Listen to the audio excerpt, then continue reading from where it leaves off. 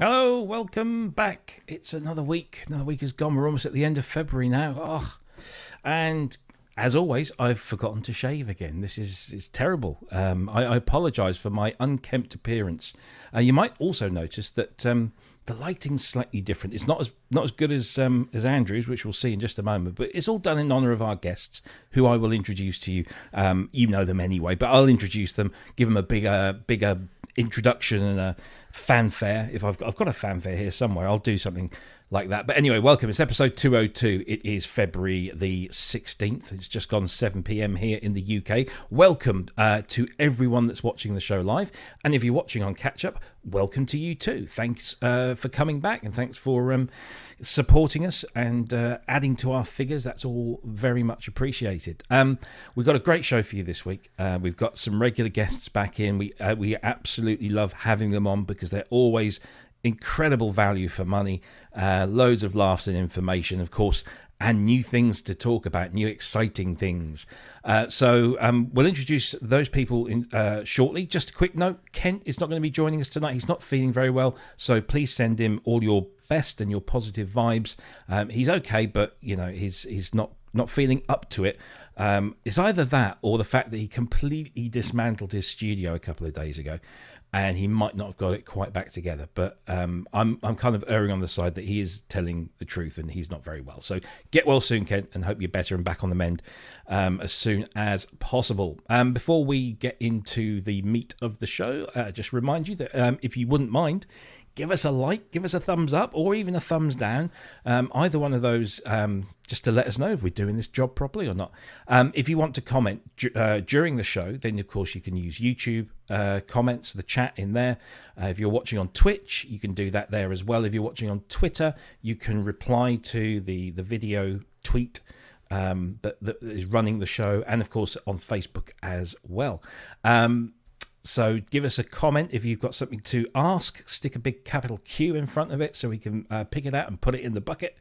If you haven't already, do give us a subscribe, and you can manage the notifications, but hit that bell anyway, and you know you can get notified of everything that we do, or just a few things, or none at all. But give us a subscribe. It's really appreciated. And of course, if you know of people that would like to watch this show and they don't know about it, then share us around. Give us that, share that link and show them the channel, and hopefully we'll gain a few more people that way. If you want to support the show, you can do that in a number of ways. One of the easiest ways is through YouTube, Super Chat and Super Stickers, which you can do during the live show. Or if you're watching on catch up on YouTube, there's a big thanks button with a heart on it underneath the video, and you can click that and send us whatever you want, whether it's a penny or a pound or a million. That'd be nice. You can send us if you want to help us keep this channel on air, because we do this all with your donations. We're completely crowd-funded, and we appreciate that. And we'll soon be getting up to 4 years of being fueled by your love and your money. So that's great. Thanks for doing that. Of course, you can also support us on Patreon, which we set up a few weeks ago. There's the link on the screen. There's also a link in the description below, but it's just simply patreon.com/ProSynth Network. Sign up there. Commit to however much you want to send us every month. It all goes into the same pot, and we will try to get you some more freebies and benefits and bonus items for being a Patreon subscriber. At the moment, we've got a pack of Korg Wavestate sounds and patches from our wonderful friend Mark Barnes, who donated them to us to give to you free of charge. So if you have a Korg Wavestate, there's another reason to go and join our Patreon page, because you can get some freebies, and there'll be more things coming down the line. We're trying to sort some stuff out, so give us a subscribe on there as well. That'd be fantastic.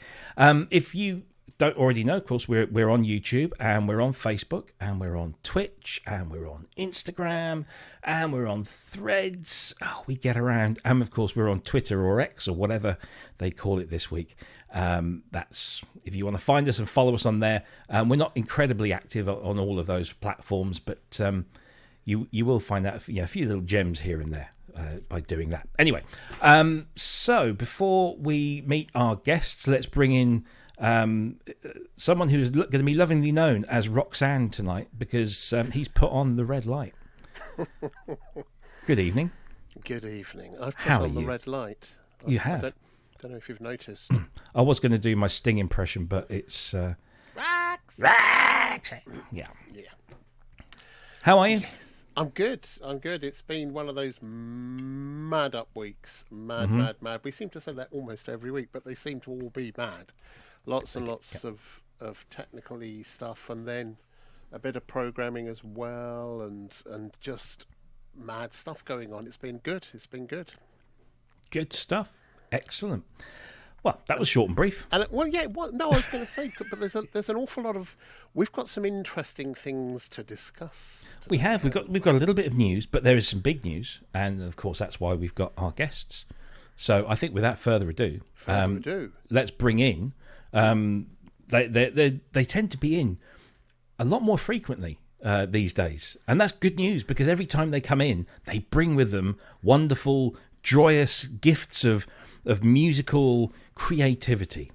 It is, of course, Dan Goldstein, Mitchell Sigmund of Cherry Audio. Welcome, gentlemen. How y'all doing? I promised you a fanfare. There you go. Right, bugger off. Go on, like fair that. off. You've been Good in too evening, long good now. afternoon, good morning, whatever time. You're on the West Coast, aren't you, Mitchell? So it's 11, just gone 11? Correct. Yeah. And Dan, Las Vegas, yeah. And are you that side of the country as well? Yeah. So same with you. So it's not quite lunchtime yet. We're right down the road from each other. Oh, actually. really? I did, Yeah. It's Great just sunny day. Mitchell's in the shed with the boxes, apparently. Welcome, gentlemen. Once again, it's fantastic to have you on. How have you been since last we met? Busy. Busy. Great. We're doing great. Yeah. We saw you just before the end of the year last year, wasn't it? With the Pro Soloist. Yeah, that's right. And we got to introduce the free synthesizer expander module on your show. That was As a lot well, of fun. yes. That was a great And thing. since then, boy, we've been hard at work. We have some fun things coming out this year. Well, you've made a good start. I'll give you that, and we'll come to that in just a moment. Mitchell, you look like you're moving house. I am. I'm moving all the way across the country. Really? Yes. Oh, Yes. wow. I'm moving from Las Vegas to Connecticut. Why? That's going to be quite a shock, isn't it? Because Vegas dry and hot. Oh, yeah, it's- Connecticut wet, couldn't be damp, more and cold. different. Yeah. Couldn't be more different. And Is there a because- particular reason for that, or is it just Without like hogging the mic for like a half hour, me and the girl are crazy, and I love crazy mid-century houses. We wanted to move somewhere with seasons, and we found an incredible crazy mid-century house, and we fell in love with it, and we bought it sight unseen, and we're moving there. But we've been there a bunch of times. We've actually owned the house for like a year and a half. So Dan's been there. Dan actually went there with me. Yeah, In fact, our new product was conceived. that's right. In front of the fire there. Yeah. How cool is that? So Connecticut, that's Rich Hilton territory of Chic. He's out in Connecticut. He's been on the show a few times. cool. Yeah, that's very nice. Oh well, the best of luck with the move, and I hope it. Having gone through that myself less than a year ago, I know it's horrible. So good luck with that. It's inspiring. Like it inspires me not to want to collect synthesizers anymore. Yes, this is true. Actually, I've been looking at trolleys to move synthesizers around because I'm fed up of just lifting them and doing my back in. So yeah, I spent this afternoon looking at a website here in the UK called Screwfix, which is a big kind of builders trade kind of website, and I've got all excited. I've chosen a trolley. It's got pneumatic tires and everything. That's how you know you're getting old. Liz, Isn't it just? my wife knows that when the Screwfix catalogue, this DIY sort of tradesman's thing, turns up, I will be the first to the door and I'll be there going through it. She calls it my porn. I think I'm looking at double-threaded screws, the zinc-plated double-threaded screws going. the American equivalent, I think, is Granger. Okay. Yeah, probably. How do I know that? Because I bought the super strut things from them for my synth, like my wall mounts for my synths with all the shelves, double-headed, double-threaded screws. Yeah. Yeah, the next thing I've got to buy some new shelves.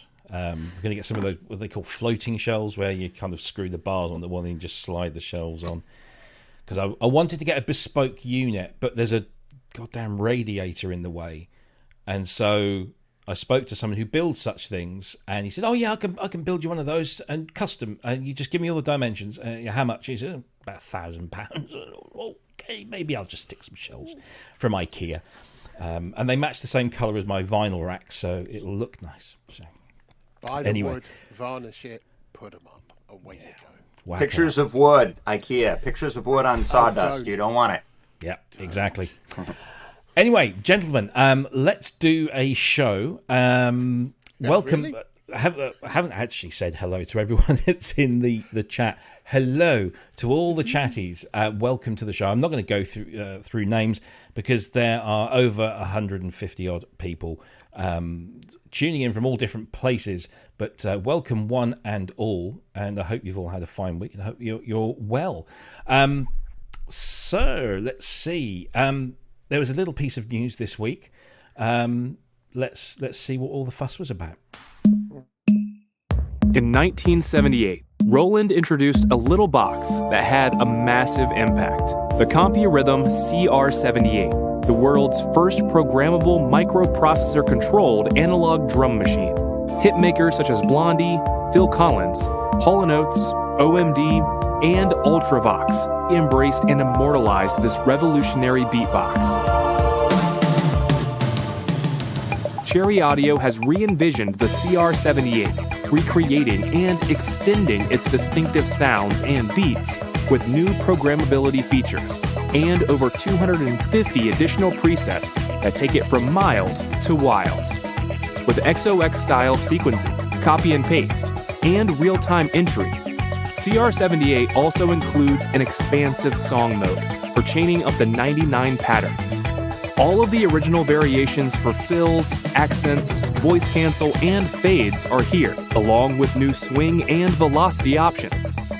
Cherry Audio's CR78 includes versatile plugin options loaded with such DAW-friendly features as AutoSynth, individual outs, drag-and-drop MIDI export, and complete automation. Unlike sample-based instruments, Cherry Audio has emulated the original's tones through modeled synthesis, and a voice edit panel allows extensive instrument parameter editing, enabling a range of sonic and melodic possibilities, far surpassing the original. CR78's innovative mixer panel delivers discrete level, pan, mute solo, and effect send buttons, with 6 studio-quality effects, including overdrive, flanger, delay, gated reverb, compression, and a 6-band graphic EQ. Cherry Audio's CR78, a visionary virtual drum machine that goes deep inside the box to provide an outside-of-the-box experience. Try the free demo today at cherryaudio.com.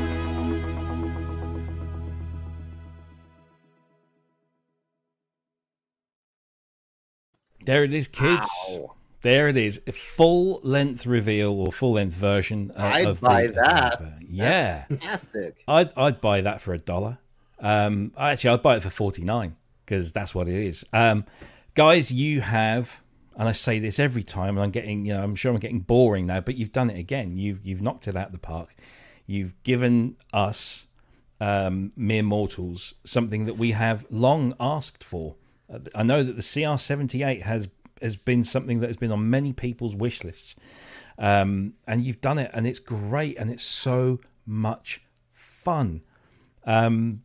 So I don't know where we start. We normally start with Dan. We talk about why the CR78. How did it come into being? We already learnt that it was you and Mitchell around a fire in this cozy little new Connecticut house. But give us a bit of background as to because you've got the. I'm assuming that's the example that you used for reference behind you. Tell us a little bit about CR78. So we knew we wanted to dabble in drum machines, and it's something we love. I think most synthesizer players also love drum machines. They kind of go hand in hand, and so we knew we wanted to try it. But there are two challenges to doing something like the CR78. I mean, doing the CR78 was obvious. No other company had done it. We love it. It's very well known. But the design challenge of a CR78 is really something, because there's no on the front panel of a CR78, there are no programming controls. You can't program a CR78 through the front panel. It was designed to have this little accessory box with a button on it, and you push the button in order to program it. So what we had to do was figure out a way to build an instrument that looks and feels and sounds like a CR78, but also has full programmability, full editability, effects, all the things we wanted to do, a complete mixer instead of the very limited mixer that you have on the original hardware. And that, you know, again, that's just Mitchell's genius, was in figuring out how to turn a CR78 into something that's everything we wanted it to be, and yet still have it look and feel like the original hardware. Yeah. And he just did such a fantastic job. And then, of course, the other challenge is you have essentially 14 different primitive synthesizer circuits inside of this box. It's not like modeling one synthesizer, it's like modeling 14 of them. And they're primitive oscillators, primitive filters, primitive envelope generators, and clicks and noise, and all the things that go into making it sound like a CR78. We had to model all of that, and yet we wanted it to be editable and to be able to turn into something that's so much more than a CR78. And so for me, you know, my virtual hat is off to Mitchell, who just absolutely hit it out of the park on this design, the layout, all the features we were able to put in without it feeling cramped. I think it's the best possible version of a CR78, and I'm just thrilled by how it turned out. Yeah, absolutely. And you know, it's gone down so well. It's been so well received. I've had limited experience with a CR78. I've only probably seen one a couple of times and never programmed one, because nobody that I knew had one of these, which is what you were referring to. Yeah. The WS1, which, as you say, has got a step selector switch. You've got a note and arrest switch, and as you press each one, it advances through, doesn't it, through the next step. And then you've got the power and the clear and the right switch, and that's it. You had to plug that into the back of the CR78. Now, I read somewhere, whilst I was doing my research for this, that they sold around 8,000 CR78 hardware machines, but only 2,000 of the programmers, which is bonkers. So there were 6,000 people out there who couldn't program their CR78s, or maybe they didn't want Not to. entirely true. There is an alternate way to program it. I've seen something on YouTube with somebody using pedals, and they've just... Yeah, I tried it. It works and does that work? Yeah. very poorly. I mean, as long as you don't want the beats to be in time with anything or quantized in any sort of logical way, it works fabulous. So if you're Aphex Twin, it's absolutely fine. But if, for more avant-garde music stylings.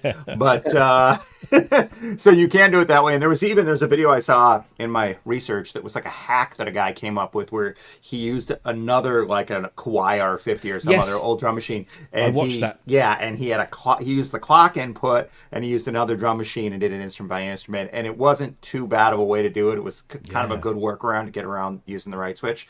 And there's also a company out of somewhere in Eastern Europe that makes a affordable version of that switch. Okay. But yeah, it was one of those things where, you know, I say this every time, where we get the idea for the product and we go, okay, in my mind, I think this is going to be simple. Like, you know, we're going to do it just like the original. We'll get the sounds. And compounding that, for those of you familiar with Voltage Modular, we've got a set of modules I did a long time ago, or Dan and I did a long time ago, the electro drums, right? Mm-hmm. And those are very similar, you know, Roland type vintage analog synthesis drum modules. And I thought, well, hey, I mean, half the work's done. We've already done all those sounds. But along the way, I discovered that the sound synthesis is considerably different on a lot of those, particularly like the cymbals and the snare. Like, a lot of it did not line up.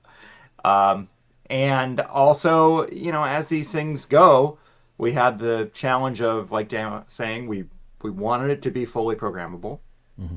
And that, we had to figure out a way to make that happen in some sort of interface that made sense. And then it became like, as Dan was mentioning, there's a sort of crude mixer, which is more like a balance control between some of the instruments on the front panel. And it became very clear that that wasn't going to fly, and we needed a full-blown mixer, and that wasn't going to fit in the standard UI form factor. So it's like, okay, well, we'll do another page for that. And then, of course, we didn't want it to be sampled. We wanted it to be synthesizer. So we needed a page for that with all the controls for that. And it sort of just, as these things do, it grew and grew. Snowball, Yeah, cool. Andy's got it up there. Can you just bring that back to... Let's go through those pages. Even you bring it back to the main page. So there we go. I mean, instantly recognizable, but with some additions there for the modern age. So, of course, down the bottom there... This is in user mode. So if you want to just flick that to preset mode in the programmer, just over to the above the big instrument selector, play mode. You can tell he's only just got this. Above the instrument selector, the big knob, the big black knob. That one. No, the other one. The bigger one. The bigger one, the biggest one. Yeah, above that, flick that up to preset. No. All right. There you go. So that's the familiar view. So you have all of those, and you've obviously faithfully recreated all of those originals. And some of those presets are still, world famous because they were used on a whole bunch of things just as they were. And then if you now want to revisit that switch, Andrew, and flick it down, we can then see this is the programmable mode, which of course you've employed the XOX style 16-step. And as you twiddle the knob, you can see the instrument. So it's very familiar to anyone that's kind of programmed an 808 or a 909 or anything that's similar to that. Instantly familiar. But of course, you've got the benefit of things like copy and paste and arrays and all that kind of stuff, and different subdivisions. So you can go from 4 to 6, and that gives you 24 steps. You've got accents in there. You've got, it's just a much nicer and a refined interface. Of course, you've got the drag export in there as well, which, once you've programmed your pattern, you literally just click and drag that and drop it into your DAW, and there's your pattern ready to play. So you can then change. I can't even speak tonight. You can then chain your patterns together in the DAW, so you don't just have to stick with the limitations of the unit itself, as Andrew has just demonstrated there. And then, of course, you've got the voice edit page, which is the middle panel. There we go. This is wonderful. Because this really does let you mess around. The metallic. It was great to see the metallic beat thing in there as well. So you can adjust the pitch and the decay, and on so the snare you can change the click levels and the brightness on the kick and all that kind of stuff. So you can really make these sounds your own. And then on the effects and mixer page, and again, hats off to the design, because this is how it would have looked, I think, if Roland had done this back in the day. You've got a brilliant reverb in there, which has got classic spring, room, and plate, but also your galactic algorithm in there as well. You've got the delay, you've got the flanger and the overdrive, and you can just select. It's just so easy to use and instantly get gratified. And then on top of that, you've got a built-in compressor, 6-band EQ. It's all there. It's everything that you could possibly want, and you can program it without that fiddly little button. It's brilliant. And of course, it comes packed full of over 300 presets on this one. Over 250. So yeah, we're thereabouts. We're ballpark, but yeah, some really good stuff. And of course, I do like the subtly named homages to the real, to the hits. Some are more obvious than others. Some I was going through and think, now I see what they did with the words there. Yeah, so there's some very good stuff in there. Yeah. And some which aren't.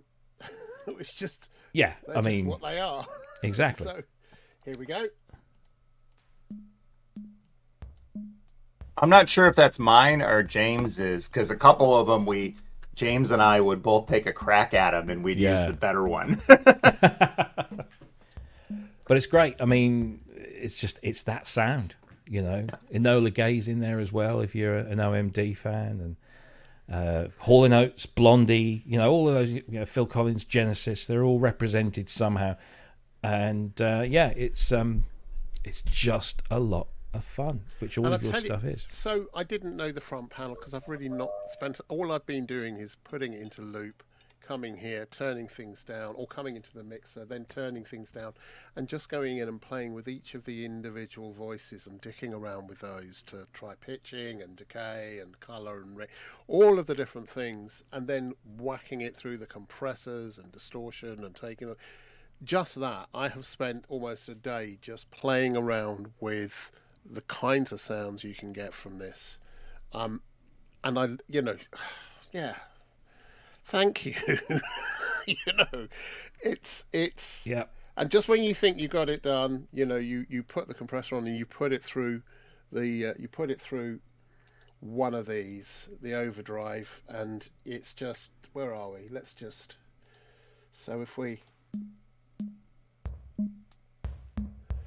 So let's just get that kick drum. In fact, let's get to the voice edit.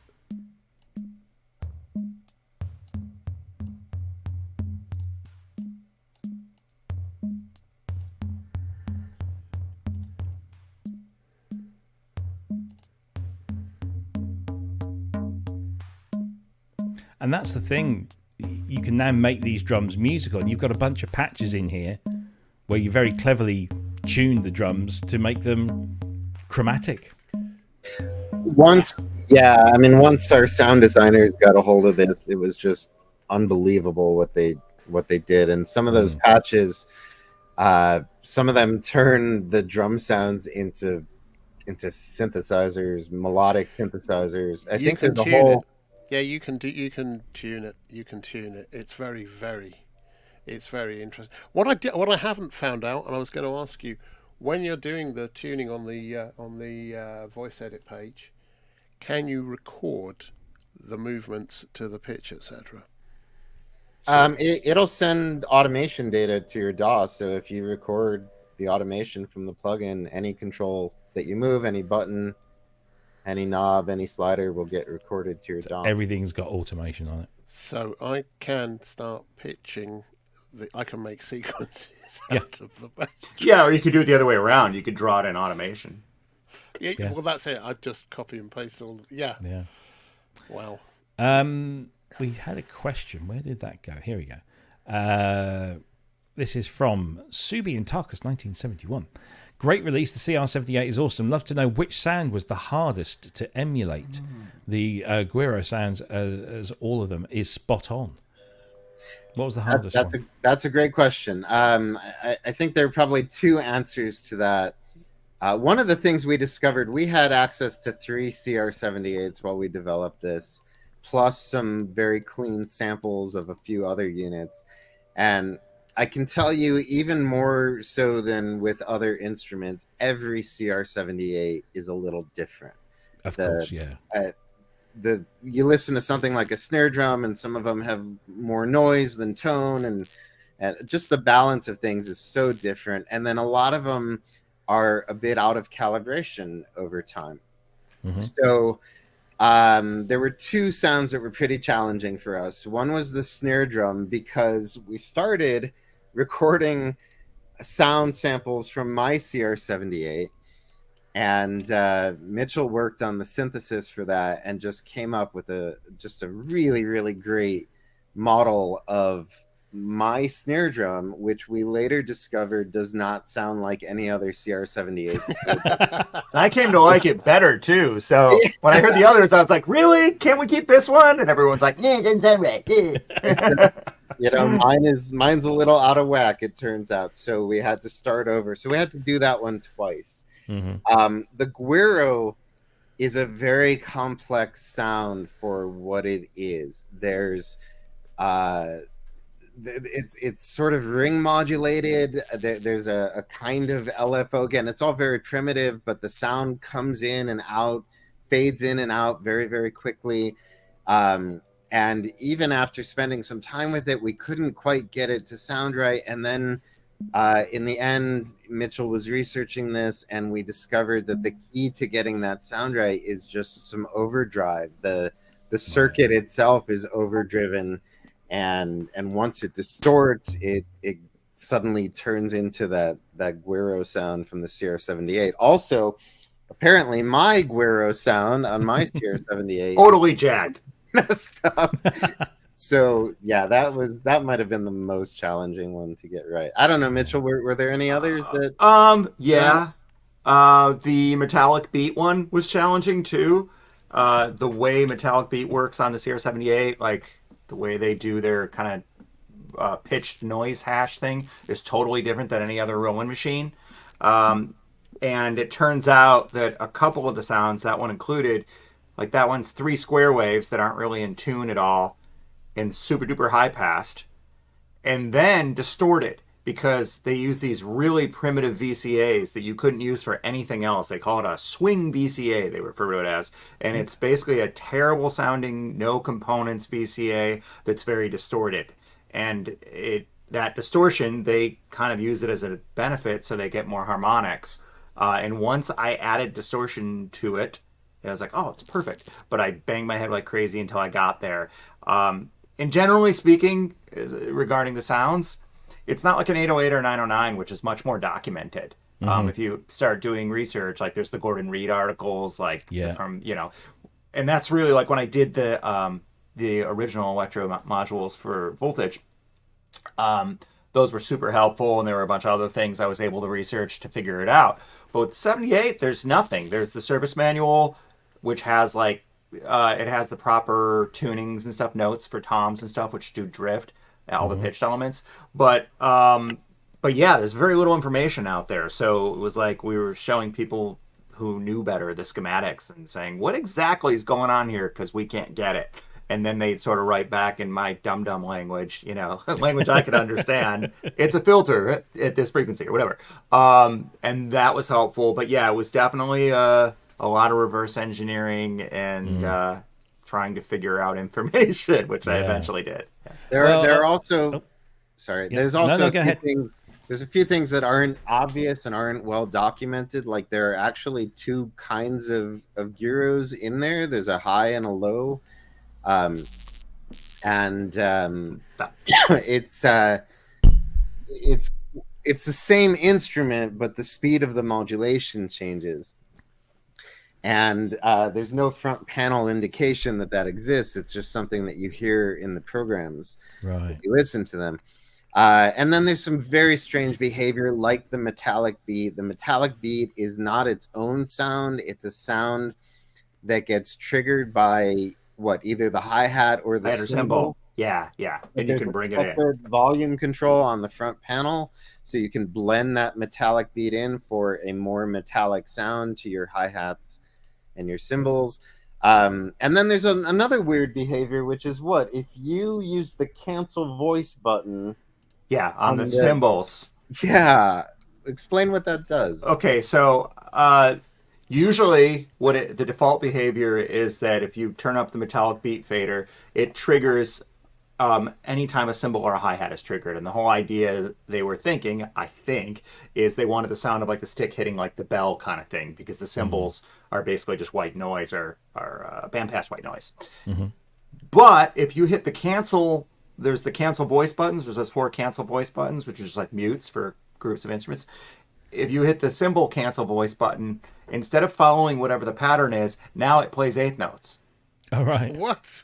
And the only thing I can think of is maybe they wanted like an easy way to get like a metronome kind of thing. Yeah. But when I was doing all the beats for it, when I was actually doing the factory beats, I was constantly using those buttons to sort of solo things out and turn things off so I could hear what was going on. And as a result, I missed it. And in every single beat, factory beat, I was like, oh, well, metallic beat just plays 8th notes, because I always had that button pressed. But much later on, I realized, no, when it's not muted, when the cymbals aren't muted, they follow the metallic beat follows whatever the cymbal patterns are. It's really weird. It's a strange behavior, and that's why we put those link buttons in the voice edit page, because the link buttons, if you have those turned on for the cymbal and the hi-hat, it'll behave like the factory version. Or you can turn off the link buttons and you can use metallic beat in your own rhythms as a completely separate, independent entity. It goes without saying, we emulated every single bit of the strange behavior of the CR78. It's all been modeled, and that was the challenge, as always, is just figuring out that the owner's manual for this thing is like 5 pages long, and there's just not a lot of technical information in it. But we spent a lot of time, not only on the sounds, but just figuring out how it works and what it does. Yeah. Because, on the surface, it looks like a fairly straightforward, box of tricks. But, of course, that's not the case. Were there any things, were there any instances? Because, what was it? Jean-Michel Jarre, when he used the Korg mini pops, he got one of his rhythms by, holding 2 patches or playing 2, pressing the buttons and latching them. It gave a slightly different version. Is there anything like that on the CR78? Any of these kind of little hidden quirky patterns that if you press 2 buttons at once, you get something that you wouldn't normally expect? Absolutely. Yeah, you can press 2 buttons on the CR78 to combine rhythms. You can do that in our plugin by clicking one rhythm and then holding the shift key on your keyboard and clicking a second one. I did not know that. Again, exactly like the hardware.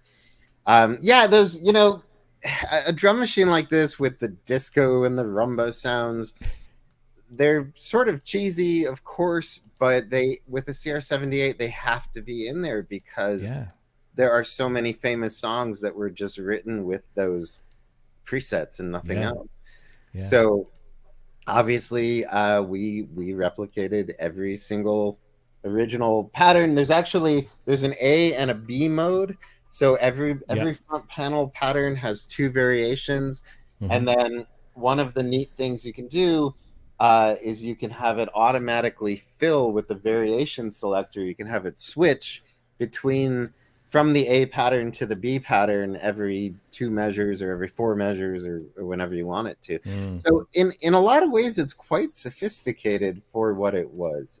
For being one of these organ accompaniment type drum machines, they really put quite a bit into it. Well, it was it was a transitional machine, wasn't it? Because they'd done rhythm units from like the mid 60s as Ace Tone, and then when Roland came in, you had things like the TR55, the TR77. That was the first and one. Then there was the CR67 or 68. 68, that's it.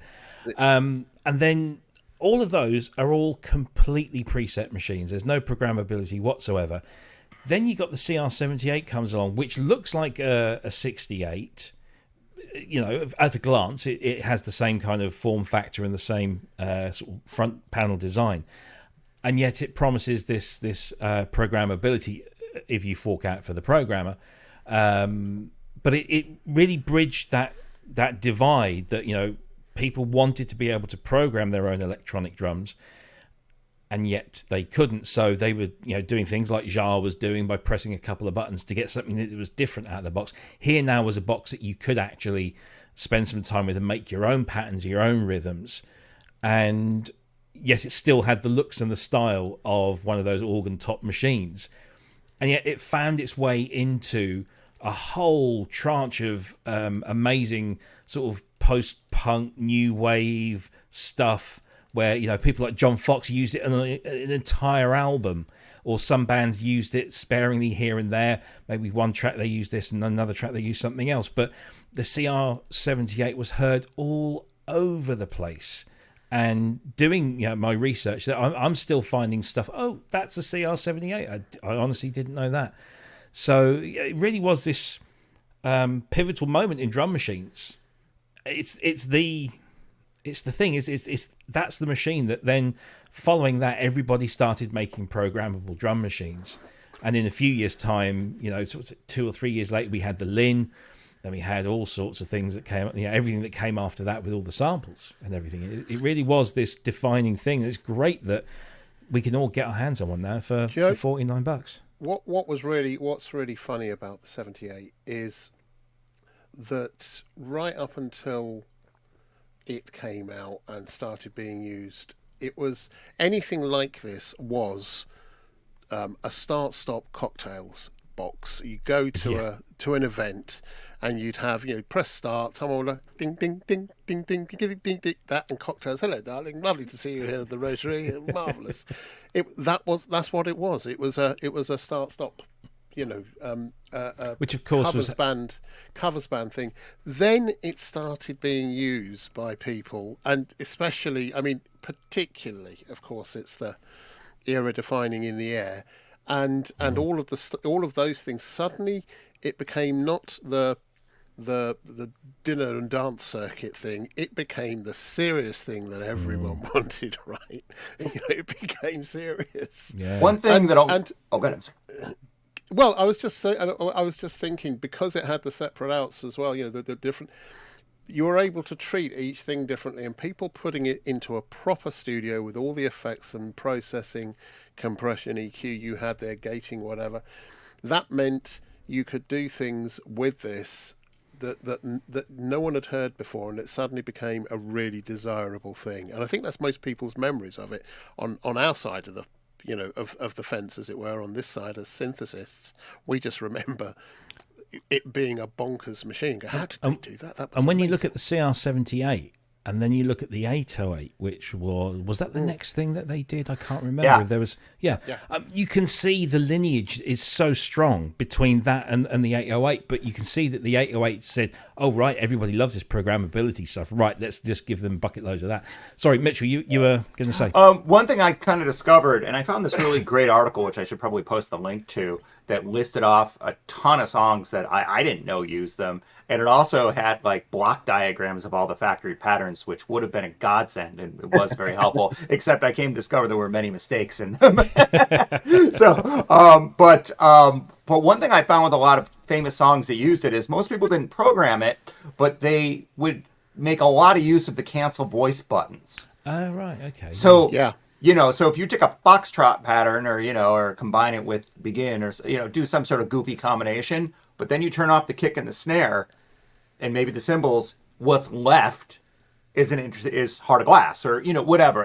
A lot of those really interesting things where people were using it more as a percussion, even like on the Gary Newman records and like where they weren't necessarily using it for your primary backbeat stuff, like Ultravox would play, real kicks and snares over it. But whatever, that little interesting rhythmical thing, that's how a lot of people were using it. I think it's worth pointing out, because Andrew mentioned individual outs. The CR78 doesn't have individual outs, right. but it is very easy to modify it to add individual outs. Right. And so it's my opinion, I don't know if this is true, but it's my opinion that the programmability was an afterthought. They didn't realize how important that would be. They didn't realize how important the individual outputs would be. But after the success of the CR78, I think it immediately defined what the next generation of drum machines would be. And, it became very clear programmability is everything, and individual outs is important, and having trigger outputs and, all the things that came very quickly afterwards became very, very obvious because of what people were doing with the CR78. And you can hear a real similarity with some of the sounds here in the 808. You can hear them. Yeah. Just being able to make that programmable and have you're right. I'd forgotten pretty much all the CR78s I ever saw were in studios, and pretty much all of them had individual outs on. I just assumed it was part of what you either bought it with or without, but thinking about it, not. But that was clearly what led to the 808, which so this is the granddaddy of so much of that stuff. Yeah, that's true. And of course, what's so cool about it though is the sound of it. It's not an 808. It doesn't sound like an 808. So by the time you get to the 808, there's been a progression in making not only more complex sounds, but more aggressive sounds. The CR78 is kind of sweet. It's really quite beautiful. No one would describe In the Air Tonight as, that first, the CR78 part as being aggressive and huge. It's not what it is. Yeah, but you stick that bass drum, you tune it, you stick it through an SSL channel, put the gating on and the compression, so all of a sudden you've got the 808. You've got that. Yeah, exactly. You've got that. you've got that really really low note, and same with the snare's not the same sound at all. Nope. But you mix that with a metal beat, and you play around with those, and again, it was always a really good thing if you had the processing power, if you had a big desk and lots of effects and compressors and gates available freely. We should probably mention the effects that we put in. There's two unique things about the effects. We decided from the get-go that it would be much more useful if you could individually affect things. Probably, I don't know if people really give this much thought, but initially it's like, okay, well, we'll just stick some effects on here and it'll just go in a chain through the effects like any other keyboard would. But the problem is immediately like, okay, well, what if I want a giant reverb on my snare and I don't want reverb on my kick? So Dan and I discussed a way to make that happen, and under the hood it was pretty complicated to make happen, and that's a whole, Dan gets all the credit for that. I just like, I want to do this, and he's like, yeah, wise guy, how's it going to do that? But we had the idea to do the buttons for the sends, because initially we were talking about having knobs for every single one. I was like, well, then we'll have like 50 something knobs, and so it's a really fun and quick way to get all the effects. So that's one of the unique things. Another thing is the compressor. Initially, we had a really tame, just standard, clean compressor in it. Whoa. And I was like, no, it's got to sound awful. Not awful, but if you play with this and you mess with the compressor, you can see it's really aggressive. It's got a lot of character to it. Yeah, it really does. So it's that's certainly, and you can hear in the presets, like some of the just like banged out beats that come out of this thing are because of that compressor. I think what's really interesting as well is the way you've used the delay, the different ping pong tape digital and the time on it. So a lot of the time, I think a lot of people forget that way back in the day, you would use really, really tight delays with lots of repeats to give you the simulacrum of a reverb, right? You get that. And that's a lot of what's used by people at that time, because there weren't you didn't necessarily have big reverbs or even short room reverbs, and sometimes you just put some slapback delay on, turn up the feedback, and away you go. This gets that. The delays on this really hit that sound well. It's a really good authentic sound. I love it. Thank you. We also developed a gated reverb for this, which we haven't had on any previous instruments, so that you can get those sounds of the era. You can do those 80s gated reverb snare drums if you want. Also, there's a multi-out version of CR78, so you can have access to all the individual, every individual drum sound and process them any way you want to in your DAW. I noticed that. Yeah, it's huge. It's hugely flexible, and all of this for just a mere $49. You were mentioning about your CR78, Dan, that was a little bit squiffy. Of course, if you have a squiffy CR78, there's only one man that can fix them. No. No. Joining us from his sickbed. Yeah. His floor. Yeah, no, what it is, I've forgotten to take my tablets for about 2 or 3 days. Good grief. Twonk.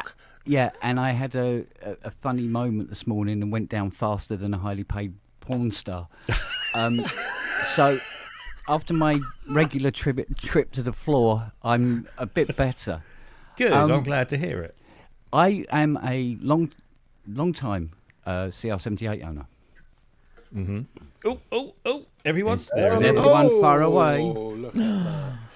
Which is obviously, as you know, the love child of the 55. Oh, look at him. I had the showing 55. off.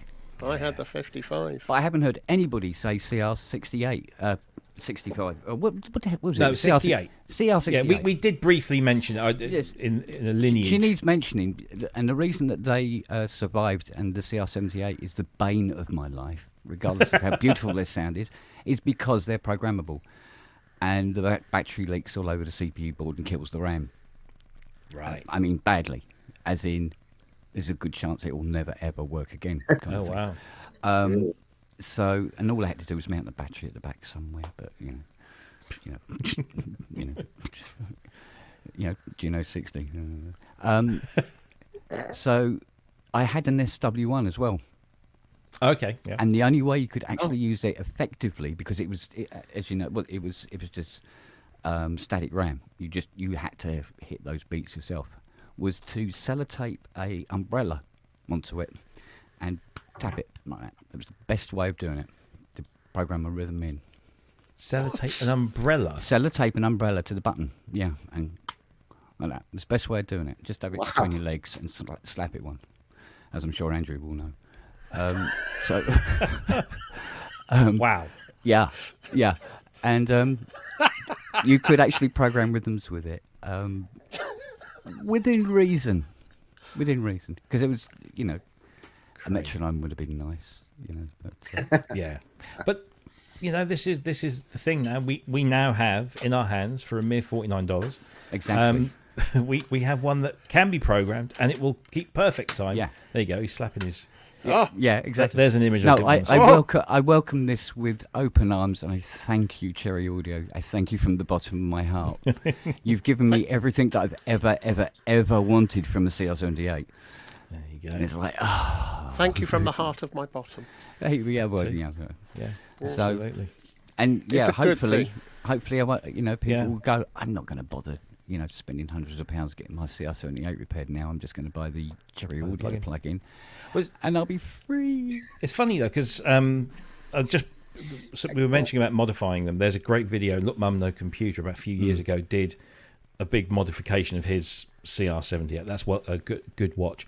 Of course, we can't. I guess I'm going to move away from CR78 because there's a couple of other things I want to talk about with the Cherry Audio guys before we talk about any sort of things that have happened in the world of music tech. A couple of weeks before this launched, a certain company that originated in Germany and is now somewhere in the Far East said they were going to do a hardware version of it, and I just thought, is there something in the air? Tonight? I need to go and sit down again. Yeah, but no, I mean it's funny that are we in for a CR78 renaissance? Are we going to start hearing it all over the place? And if we are, will you sell even more of these? Yeah. I try not to talk about that company Yeah, on no. public forums because I won't say anything remotely nice. So, But no, it does seem like there's a bit of a thing now for the CR78, which is no bad thing. Equally, and this is a great segue. You guys released the PS3300 not that many weeks ago, and shortly after that, a certain company in Japan decided they were going to reissue it in a hardware form, obviously for about $12,950 more. But nonetheless, that was a slightly bizarre moment where you come out with this wonderful recreation of the PS3300, and then shortly after, Korg revealed that for the last few years they've been working on this thing. I was just wondering, how did that work out for you guys? I mean, Dan, in terms of sales or awareness of your plugin after Korg made their announcement and everything had died down, did that affect your sales in a positive or negative way? Yeah, the day that the news leaked that Korg was doing this, the PS3300 became our top selling plugin, and I think it was for about 2 weeks afterwards, all through NAMM. What was great was every article about the PS3300 that Korg was doing said, and if you want to try it now, Cherry Audio has a PS3300 plugin for only $49. So it did. It was great. It was great for us. It was a huge surprise for us. I'm still kind of shocked. I mean, of all the synthesizers for Korg to bring back, I just never thought they would do something as massive as the 3300. I got to see it at NAMM. It looks super cool. I'd love to own one. I bet they sell more of them than they expect because it's a killer musical instrument. Yeah. And I'm amazed that they brought it back. Yeah. I mean, it can be a complete symbiotic relationship, can't it? Because $13,000 $49. Is that, I can't remember, is the 3300 49 or 69, whatever. Anyway, it's a massive gulf, and purchasers of either never the twain shall meet, because those that want the hardware, there's a small number of people there, but those that just want to get access to that sound, that programming paradigm, it's just so easy. So nobody's cannibalizing customers, and nobody's going to be going, damn, I just bought that hardware version and now I found there's a software version that's so much less, and vice versa. I mean, in fact, I guess in some way you've both benefited from the release of your plugin, because you've released this cool plugin that's thousands and thousands of people can now access for very little money, and it's repopularized the PS3300. There's probably a lot more people aware of that now than there were beforehand. And so then when Korg drop their hardware version, it creates a lot of interest, whether it's positive or negative, but it still creates a lot of interest around their thing. And so they benefit from it as well. And I'm sure there's no bad blood between either. So if you think about it, companies have been making virtual mini Moogs for 20 years. And at no point in the last 20 years did humanity say, well, that's it, we're not going to buy mini Moogs anymore. I mean, Moog has reissued it twice. It's more popular than ever. So I think when people get to experience these instruments as highly accurate software recreations, all it does is make them want the hardware more. Yeah, absolutely. Interestingly enough, I had somebody not 1,000 miles away from me, when I told him about that Korg had re-released the 3300, he looked me directly in the eye and went, yeah, but it's not an original, is it? And So that's what the owners say of original 3300s. They go, yeah, it's not an original though, is it, mate? And if anything, the price, from what I've been hearing, has just shot up a little bit. Yeah. For an original now is well, there's less than 50, because they only made 50, and not all of those kind of survive. So there's less than 50 out there in the world, isn't there? Well, do you know what? No, I think they have. Oh, really? I think they have, because they are incredibly easy to repair. I remember you saying. There's very little to go wrong with them. I mean, when I've restored, I think I've restored about 3 or 4 of them now. They're so easy to restore. It's brilliant. And here's the thing with the 3300. As you know, I've owned one, and I kind of beaten myself up about it ever since. Not having it still. And if I did, it would be worth a gazillion pounds. Every day of the week that's got a Y in it, I would get rid of it, sell it, and get the brand new one. Every day of the week, because it does everything that the 3300 original one did.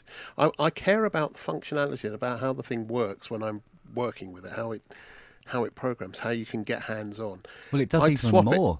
It does even more, Andrew. Yeah. It does a lot more. The new one does a lot more than the old one did. Yeah, and it actually marries the 3200 with the 3300. And I think they might have seen this and added a few extra bits to it as well. I'm pointing at, I've got the 3300 up on screen, and I think it might have just populated. They might have seen that and gone, well, I think we ought to add this last little thing. But I'd have it every day of the week. And this, in the meantime, I have fallen in love with this so deeply, the 3300. You have to remember, of course, there are people out there who have never, ever heard of a PS3300, have never seen one. And when they hear that Korg have released one and go, oh, and it's how much? Oh, God. And then they see that you go, oh, Cherry, do a plug-in. So everybody gets a chance at getting at these machines, depending on how big their pocket is. And I think what's really, really interesting with the Cherry one is it's shown people they can play with something for the first time where they see a completely different way of voice architecture, a completely different design of voice architecture. So each voice is in and of itself something which can sound quite glorious. And then you've got 3 of them. It's not like 3 traditional oscillators. It's the whole thing. It's a whole thing. Each one's a complete something. And it's an amazing thing. I'm just wondering whether or not more of this kind of paradigm are going to start seeping through and coming out as hardware moving forward. Interesting question. Yeah. One of the things that I thought was very interesting was we made some very small design changes to the 3300. Maybe the biggest one is on the hardware 3300. there is no release knob on the envelope. There's a switch, and you have 3 preset release times, and your 3 choices are instantaneous off, almost instantaneous off, and I think an 8 or 12 second long, very slow release. And we said, well, that's just silly, and we put a release knob on it so you have full continuous control. Korg did the exact same thing. I'm not saying they did it because of us, but Yeah, they did. Yeah, you did. Yeah, they did. I love that they came to the same exact conclusions Well, that we did about. But that's it. That's the thing, Korg though. is the new Behringer. Yeah, but if you and this is what you guys do so well is that you take a classic, whether it's a CR78 or a Jupiter 6, Pro Soloist, or a Pro Soloist, and you give us everything that we would love about the original. You fix the things that everyone would love to fix about the original, and then you give us those extra things that make it a 21st century usable piece of gear. And we have the best of all worlds. We have our cake and we eat it, and that's the beauty of the world we live in today, is that we can do that. Some companies would say, oh well, we need to keep it 100% authentic, but you can still do that and make it a usable tool as well. And of course, you guys just knock it out of the park because you do it for so little money, which is fantastic. And there's a business thing for you guys. You just need to build an original of each of these things. In other words, all the original functionality. Don't put any of the new stuff in. Make the pots scratchy. Make the voices go in and out. Make the output noisy, and sell it at the same price. It'll be 5 times the price. Yeah. That's the thing. You sell it for £20,000 or £100,000 for a PS3300 with scratchy pots and only one voice sort of working.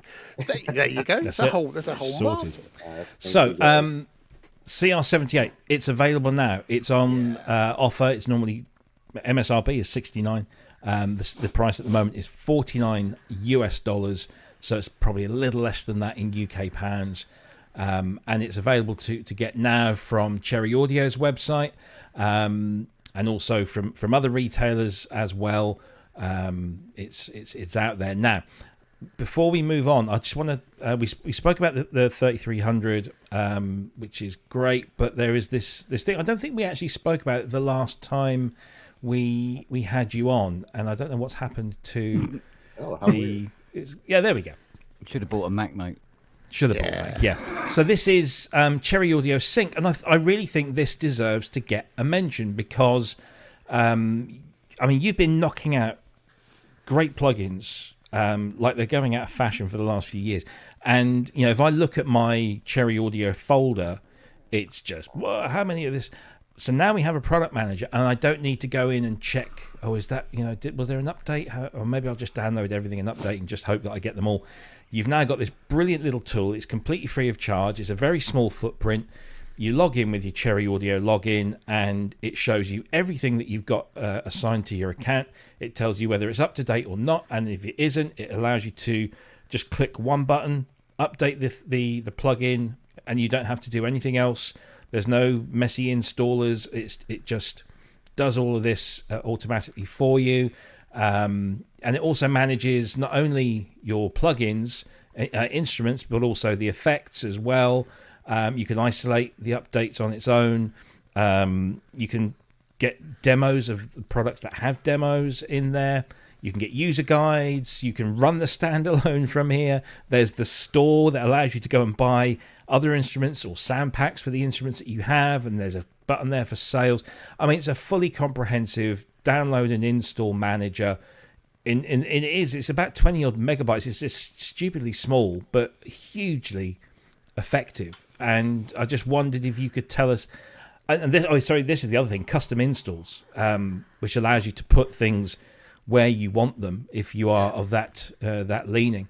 It's super flexible. Can you just maybe tell us a little bit about that? How long that's been in the planning and so on? Yeah, the truth is we should have had this a year ago or more ago. I didn't like to say. It's something we've wanted to do for a long time. We're always working on the next instrument, so it's just hard to take time out of that development of the next exciting product to build something like this. But our goal was to just have one big button that you just click and it updates everything and installs everything. And I think we pulled it off. That's pretty much what it does. You can buy something like our synth stack and have 24 products and just click install and it'll just do it all. And not only does it download and install and set up everything, but at that point you just click run and it runs. Everything's fully configured. So it took a bit of work and more time than we probably should have taken to do it, but we're very happy with it. One of the interesting things was at NAMM, there was a major plugin company that we have a lot of respect for, and they were following us around at the NAMM show trying to convince us to sell them the code for Sync. No way. So they liked it so much and they needed a product manager, and they said that ours was the best that they had seen. Wow. So that was also very flattering. But yeah, I mean, we just, we've used every other product manager out there. Some of them are clean, some of them are not. And we just knew this had to be, dead simple to use. One button, you just click it and you're done. Yeah. I'm glad you like it. I'm glad. No, it's great. I mean, Robert gave me the heads up, and I was, beta testing to some degree, and it was straight out of the box, simple to use.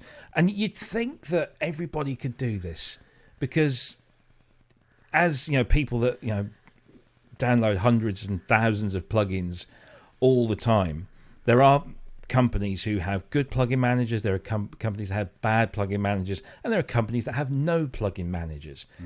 And everyone agrees that a good plugin manager application is a necessity nowadays for companies that have more than 3 or 4 plugins in their portfolio. I mean, I won't mention names, but there's one website or one company where I've got a plugin manager, but it's this bizarre folder-like structure that I have to go in and tick all the things that I want to check for updates, and then it will go and do it. It's not user-friendly. It really isn't. And Kent will attest to just recently having to reinstall all of his stuff. That there are people that get it right and there are people that get it badly wrong. And I'm not at all surprised that somebody was running after you to ask to buy that code, because it literally just works. There's no messing around. What was it? Monday you used it, wasn't it? Yeah. Mind you, you had to tell me that it was there. I didn't. I didn't know it was there. That was the thing. I'd come into the website from a funny angle or something, but it was. And he goes, "Why aren't you using the download manager?" And I went, "There's a download manager." It's only just come out last month.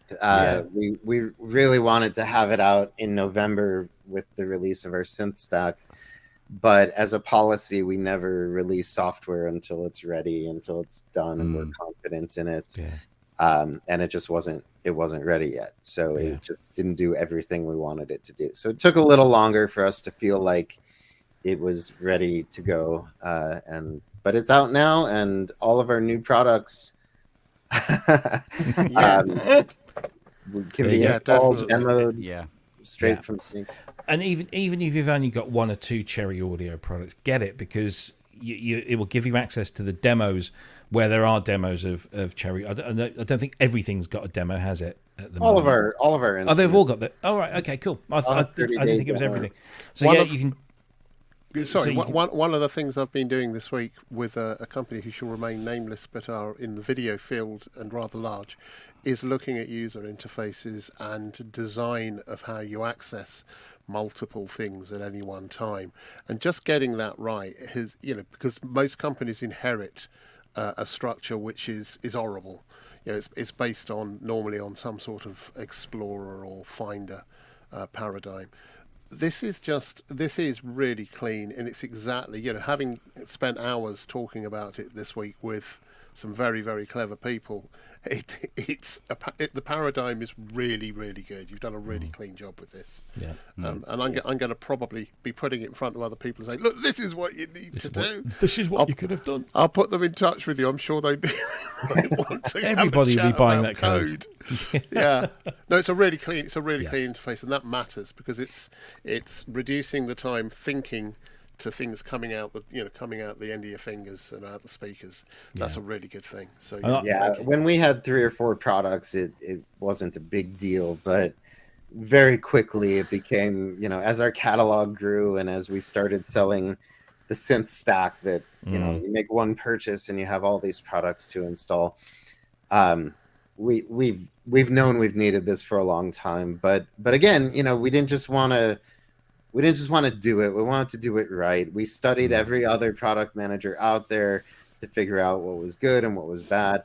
I really, personally, I hate when you install a product manager and it's running all the time and it's just, on startup, there's some icon. Yeah. We didn't want to do that. I encourage people to run this every once in a while and just make sure they have all the latest updates. Again, it's one click. It takes 5 seconds. Yeah. It's a great way to keep everything updated, but yeah, we wanted it to be unobtrusive, super easy to use, but also to have things like, what if I want to demo a new product or you can just go in, click on demos, click the start demo, and it downloads it, installs it, and you've got a 30-day demo. It's a great sales tool. It really, because if you've got a few Cherry Audio things, you go there and all of a sudden you're focused on all these products and you say, oh, demos, let's click on demos, and then you try one and then you eventually buy it, I'm sure, most of the time. So it's a really good advertising, marketing, selling tool, as well as a useful tool for those of us who've got the products and just keep everything up to date. It's just great. So dangerous if they've got the little shop is built into them as well. Oh yes, because you're downloading updates and you go, well, what else is up for grabs? And What's the next thing you know, you go, oh god, I've got another 2 libraries to download now. This is why they did. I don't have everything you do yet, and I don't have any of the effects. I don't think so. I know I'm going to be visiting your store. Even the effects that are currently on sale. Oh yes, good plug, Mitch. Good. Well done. You can see where they employed you now. There you go. Still on the ball after all these years. So CR78 out now, $49. Sync out now, complete free of charge, and all of the other wonderful plugins. And if you download Sync, you'll be able to get demos of each and try them out, and then decide, do you know what, for $49, this is just, I'd be stupid not to. Go and fill your boots. Well done. And again, massive congratulations on the release of CR78. It's absolutely fantastic, and I hope you sell bucket loads of them. So, well done. Right, so let's see. Blimey, we're into 8:15 already. Only 45 minutes left, but that's okay because we've got a few other little things that we can talk about that have been happening in the world of synthesizers and music technology. So I think let's talk about another plugin developer and manufacturer that's just released something new. And before we talk about it, let's listen to the thing. Where is it? Here we go. This is new from Tal.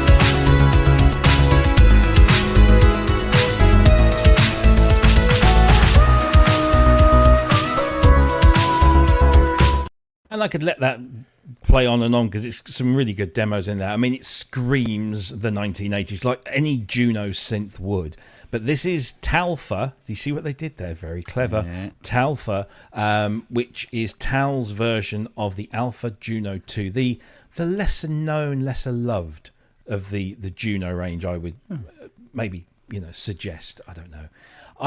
For me, the Alpha Juno 1 and 2 kind of passed me by because I was fully aware of Junos up to the 106, and then by the time these guys came out, the digital revolution was in full swing, and yet Roland were adamant to carry on flying the analog flag, but let's do this under a case that is very sleek and slim, and that bloody great Alpha wheel for data entry. It just, I don't know, these things just didn't really register with me until a few years later, towards the end of the 80s and the early 90s, when they started to be picked up, because they were relatively cheap from new, but they were even cheaper second hand. And there was this whole wave of the kids getting hold of 808s, 303s, and Alpha Junos. And of course, the Alpha Juno had that sound, that Eric Persing sound that became known as the Hoover sound. I think the original patch name is What The, or something like that. And so you had that just amazing sound that was just all over certain records of a particular genre in that era. But also, it had that warm analog stuff, and it had those 7-stage envelopes. So you could do loads of weird and wonderful things. And of course, it had the chord memory. And everybody liked those kind of, let's do some major sevenths or something, and then just, hit one key and I've got my chords, and it's just nice and easy. I've got, it was a very popular machine back then. And I'm surprised it's taken this long for somebody to do an emulation. But Tal, who have done some exceptionally good stuff over the years, have now done this. There was a bit of a mystery online for the sort of 2 or 3 days leading up to its announcement, because somebody leaked some demos and they said this is an emulation of something from one of the big hitters. And eventually it came out, was it yesterday or the day before? But again, another great software company doing great emulations of vintage gear. And I say, I don't think I've ever seen an Alpha 1 or 2 emulation out there.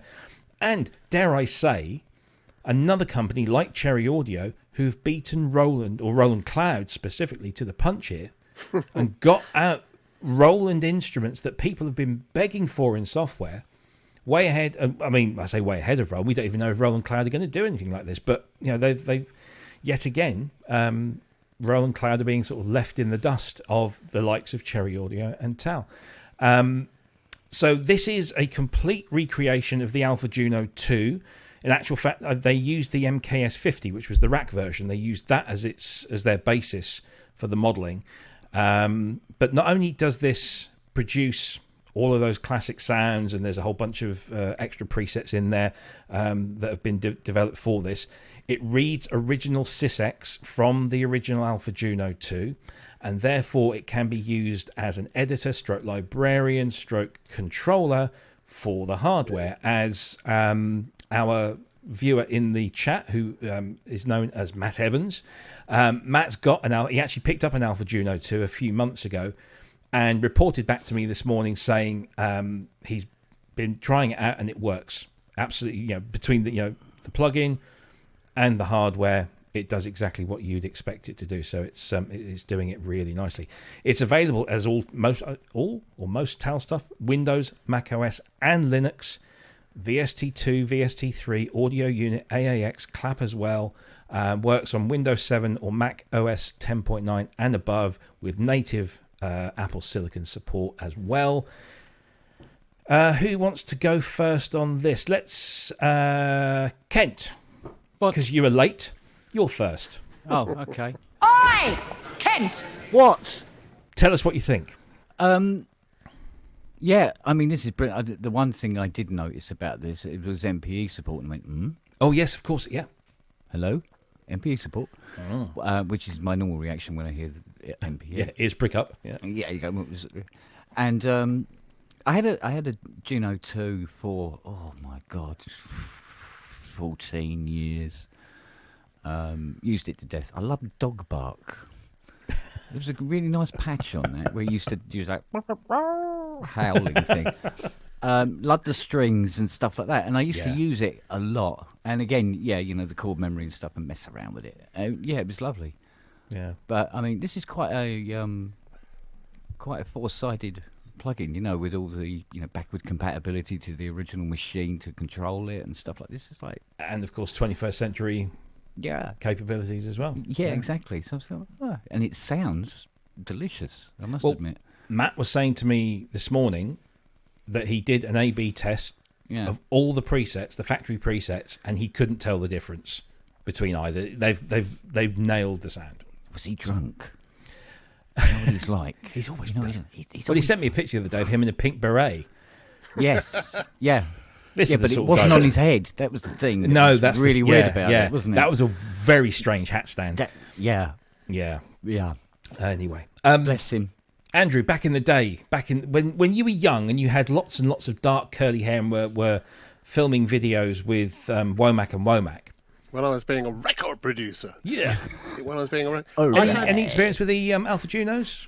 No, is the answer. I mean, well, kind of tangential Moving on. glancing. Yeah. I had the 106, and then I had I got an MKS80, and that kind of did me for a while. I had the JX10, and so it kind of passed me by. And then the JD800 came out, and I was just in love all over again with Roland. So I know lots of people bought them into sessions. Lots of people liked them. It was a bit like the D70.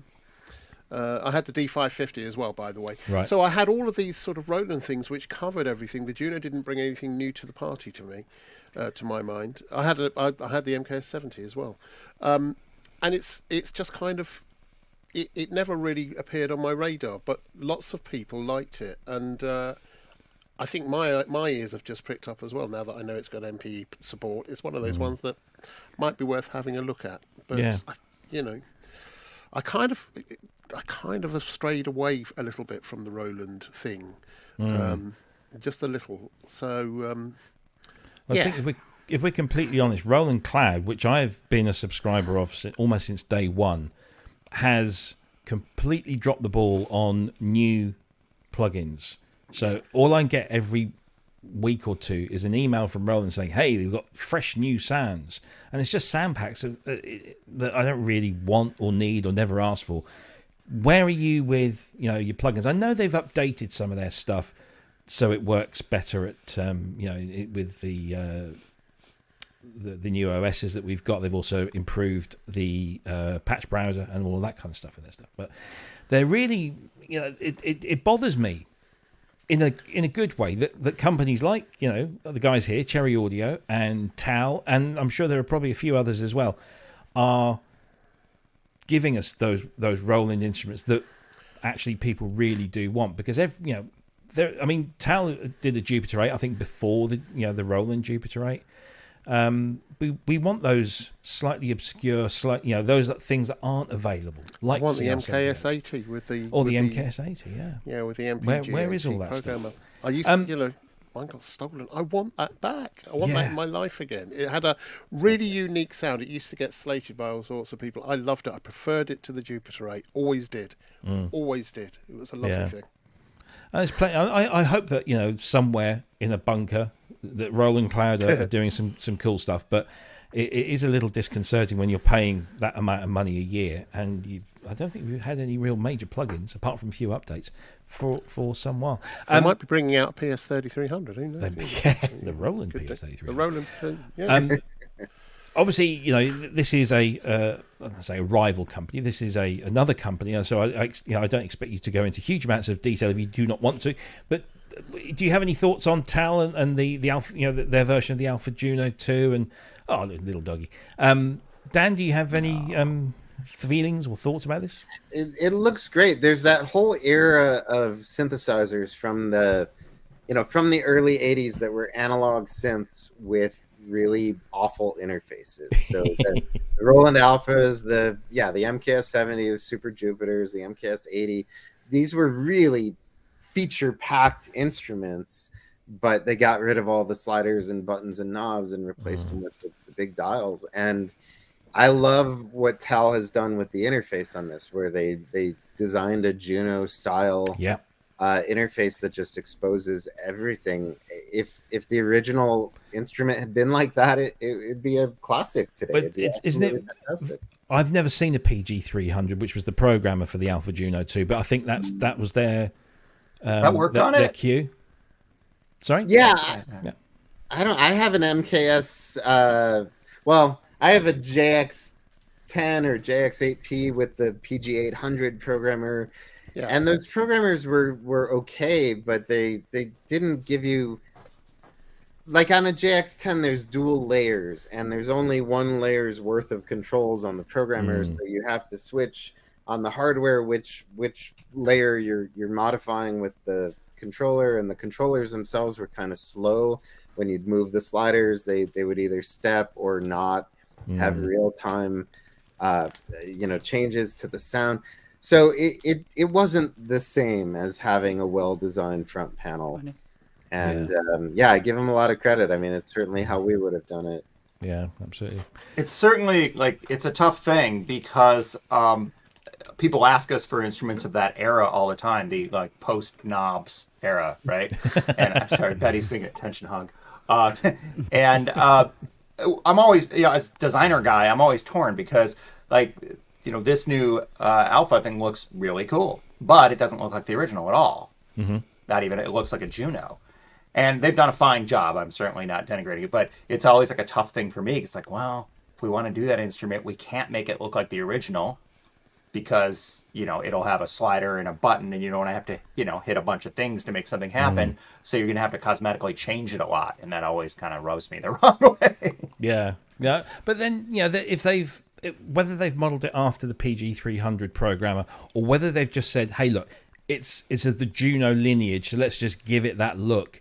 At the end of the day, it does expose everything in a much, much easier way than the original hardware ever did. Or even with the controller, because if they had done the controller, that's dumb too, because you don't want a little, square at the side that has a bunch of little... Exactly, yeah. So no, I think it's great. And I watch these videos, these demos, and I'm thinking, wow, what have I been missing in terms of the sound? I didn't realize it sounded that good. And then I went and revisited Alex Ball's video. He did a short video on the Alpha Juno 2, and I was just like, yeah, I'm going to get this. So yeah, it's good stuff. So Tal have done that again. It's on sale for $64, down from $80. So that's a 20% intro discount, plus of course sales tax on top. I think for us in the UK, once you've taken the discount off and then added in sales tax, it's about £65 British. So yeah, it's still very good value for money. There's a whole bunch of brand new presets as well as all the original presets, all the original factory banks. There's micro-tuning support, there's aftertouch and MPE support, there's a stereo unison mode with up to 7 voices stacked in that. Arpeggiators with different modes. It can read all the original SysX from the hardware, so you can use it as a controller, etc.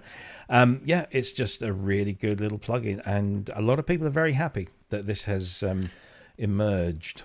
And it's rather more complete than the PG300. I'm just looking at one now. Right. Yeah. And there's a lot more going on with it. So and it looks a lot more intuitive. Yeah, so absolutely. Yeah, they've done a good job with it. Yeah, absolutely. Right. It's 5:30. We've only got 30 minutes left. Let's talk about what should we do next.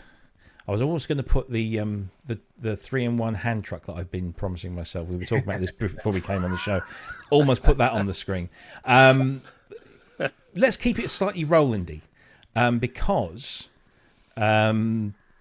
this was announced today. So this is more Supreme than is Roland. Roland have just given Supreme permission to do this. Now I'm going to have to admit that I had no idea who Supreme were. Okay, until my editor at Gear News said, "Hey Rob, can you write about this?" And I'm like, "Oh, it's a couple of boutiques with a paint job, and why is that blooming great word Supreme in the middle of because it looks awful." And then he said, "Oh, let me educate you, granddad. Supreme are a New York-based fashion house and they do all sorts of things. But what they do every 6 months is they do a collection, a spring summer collection, a winter autumn or winter fall collection, and they take things and stick their names on them. Is what I can tell. Motorcycle helmets, bikes, articles of clothing, Weasels. weasels, the occasional squirrel, and a raccoon. Yeah. And what they've done here is they've taken a Roland TR-08 and a JU-06A, and they've done them in their color scheme. So actually, the TR-08 doesn't look bad at all, because essentially it's inverted. So instead of a black background with the white strip around the start-stop button and the whatever, it's just inverted. And it's an iconic look anyway. And their little logo is in the top right-hand corner. It's completely inoffensive. It's fine. But the Juno, it's really bad. I'm sorry, I don't care. This is terrible, and I just don't get it. I can't. I mean, my eyesight's bad enough as it is, but to then have to negotiate all of that at the same time. So these will be available. I think they are available from today or tomorrow, and you can go to their website. And I'm told to expect these to cost an obscene amount of money. Apparently. Where's my credit card? Yeah. And actually, I wasn't sure if somebody was being serious. They commented on this article saying, I collect everything that Supreme do. I spent hundreds of thousands of dollars in this stuff, and I've got a glass cabinet with a space in it where these are going to go. And I'm like, are you real, or is that?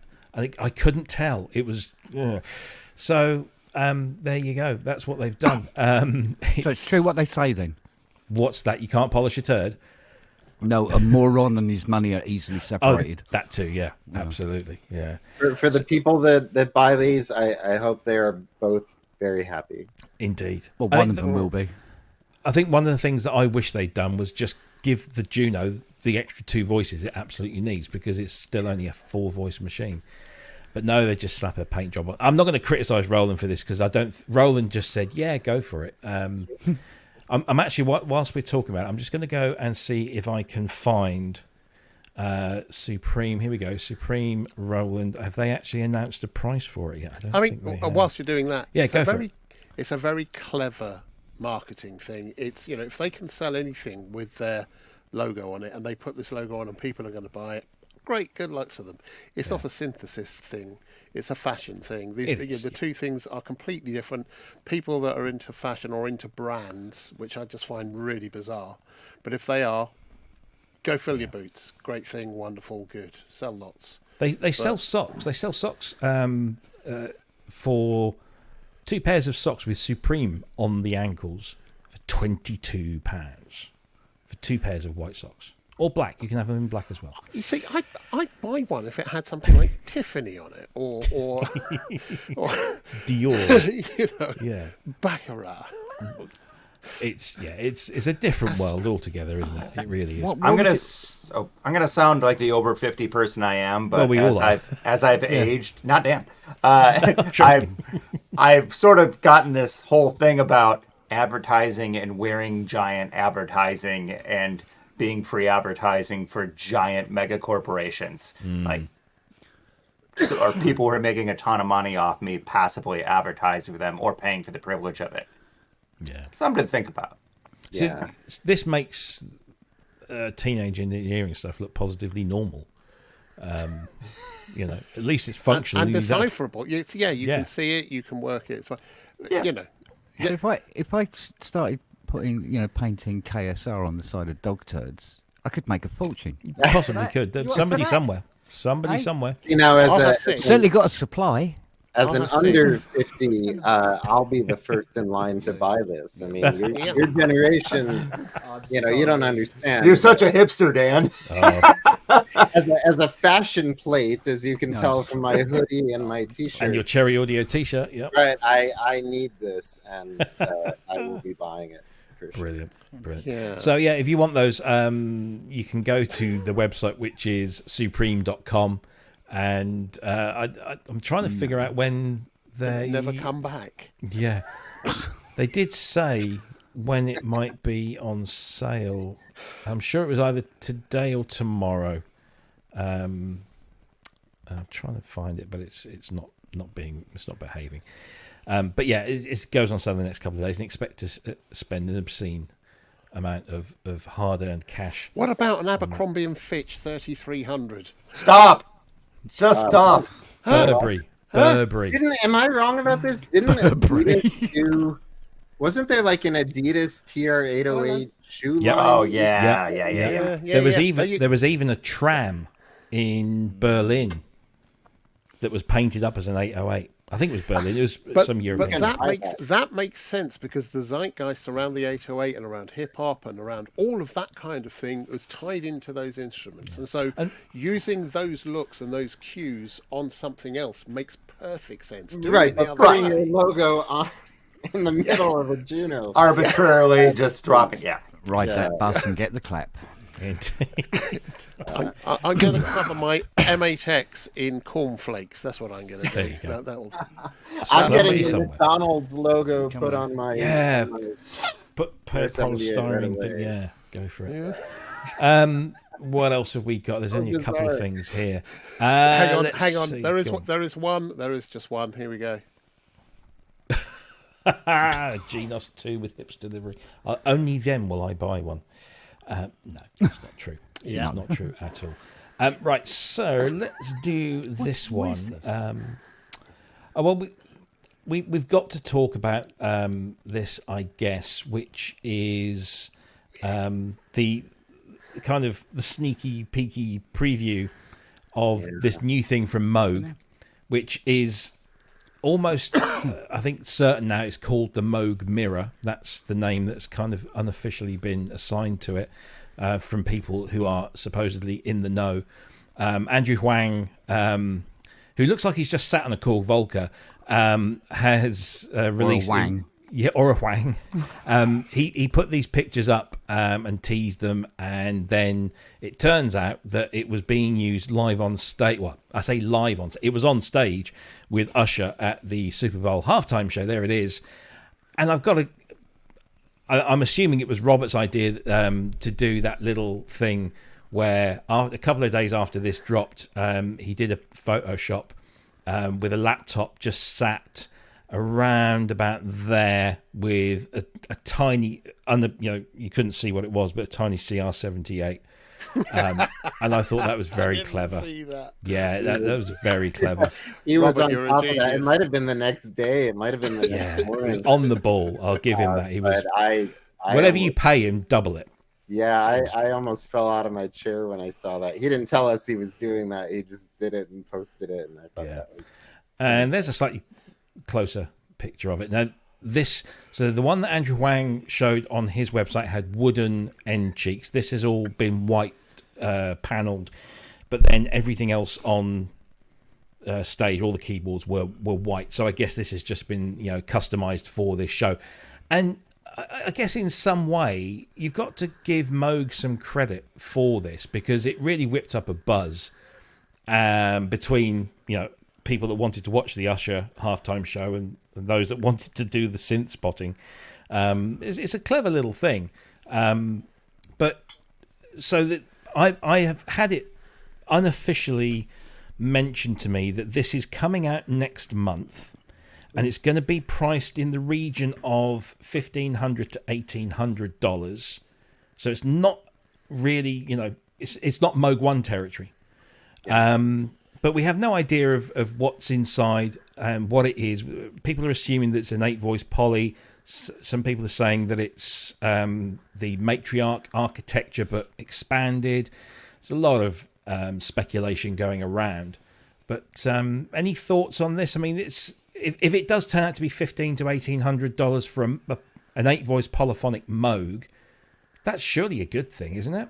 Yeah. Andrew, Yeah, it's a great thing. Everyone was really down on when Moog was bought out. They said it's going to go the same way as Akai. What, you mean the Akai that's doing really well right now? Yeah, that Akai. And they said, well, it's just going to disappear, or they'll do.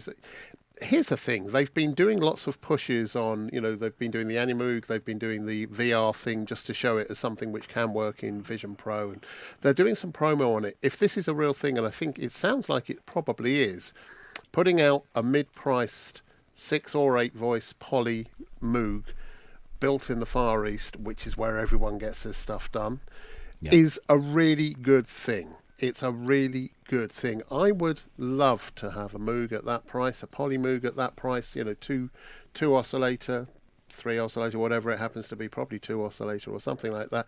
It would be a great thing to have, and I think it can only be good for the brand. Yeah, I mean, the price that I mentioned there is purely speculation. It's just something I've heard, so don't take my word on that. So if it comes in at $5,000 or more, don't knock on my door. I'm just sort of passing on the information, and I can't verify. But if it is, let's say it's $2,000. Let's be a little conservative and say it's $2,000 for an 8-voice Moog Poly. You pay $2,100, $2,200 for an Arturia Poly Brute. You'll spend $5,000 on an OBX8. You'll spend $5,000 on a Prophet 5 Rev 4. That's if it is that price, then it's a good thing. But we don't know yet. So. But we know that they already, the who is it? The sport music in music. I said they already have contracts, and they have people that they work with to build these things. So they already have the facilities to do this. If they can do it a lot cheaper than the hand assembly with choice components, if they can do it and get it right, which I'm sure they can, it's gonna go really, really well. How much for the Supreme Edition? Well, they were halfway there by painting it white. So I think I'm sure the name of the guy is Jeff Richardson. He's like the head honcho of Moog Music. And he went on to the Moog Addicts Facebook page, which is a very good Facebook page if you're a Moog owner or aficionado. Spelled out a whole bunch of things, tried to dispel a whole bunch of rubbish that's going out there. Couldn't obviously confirm certain things, and that's fine. But one thing he did say about, and this really does, it riles me when people say, Moog are just going to go and have everything made in China. And as you said, like everybody else does in the hardware world, it's everything's made there. All right, it might be assembled in Asheville, but Joe actually said this was a plan 3 or 4 years ago, before In Music were even in the picture, that they were going to start moving manufacturing over into that area. Yeah, because it just makes good business sense. Otherwise, we saw what happened because they didn't necessarily do that at the right time. They almost disappeared. Thankfully, they're not. So, and if it's made overseas, who cares? And you can do it with someone that's already used to building these kinds of system machines. They've already got a history because they're doing all sorts of other things for In Music or in whatever it is. And that means the QA will be way up, which has always been a bit of a problem. Well, the Moog 1 is a story that's riddled with all sorts of. So if you can get the QA right and get it out at that kind of price, it's going to do really well. I'd be delighted to see it come back and be resurrected. I really would. Mitchell, Dan, any thoughts on this? I mean, obviously, Dan, you are a massive collector of synths. You've probably got some Moogs in your collection. Well, I know you've got Moogs in your collection. Thoughts on a new Moog Poly? Well, Mitchell's got a Matriarch that he. Oh, of course, yeah. Very fond of. That's in a box. Yeah. The original box. Your grandmother in a box. You've got your granny in a box.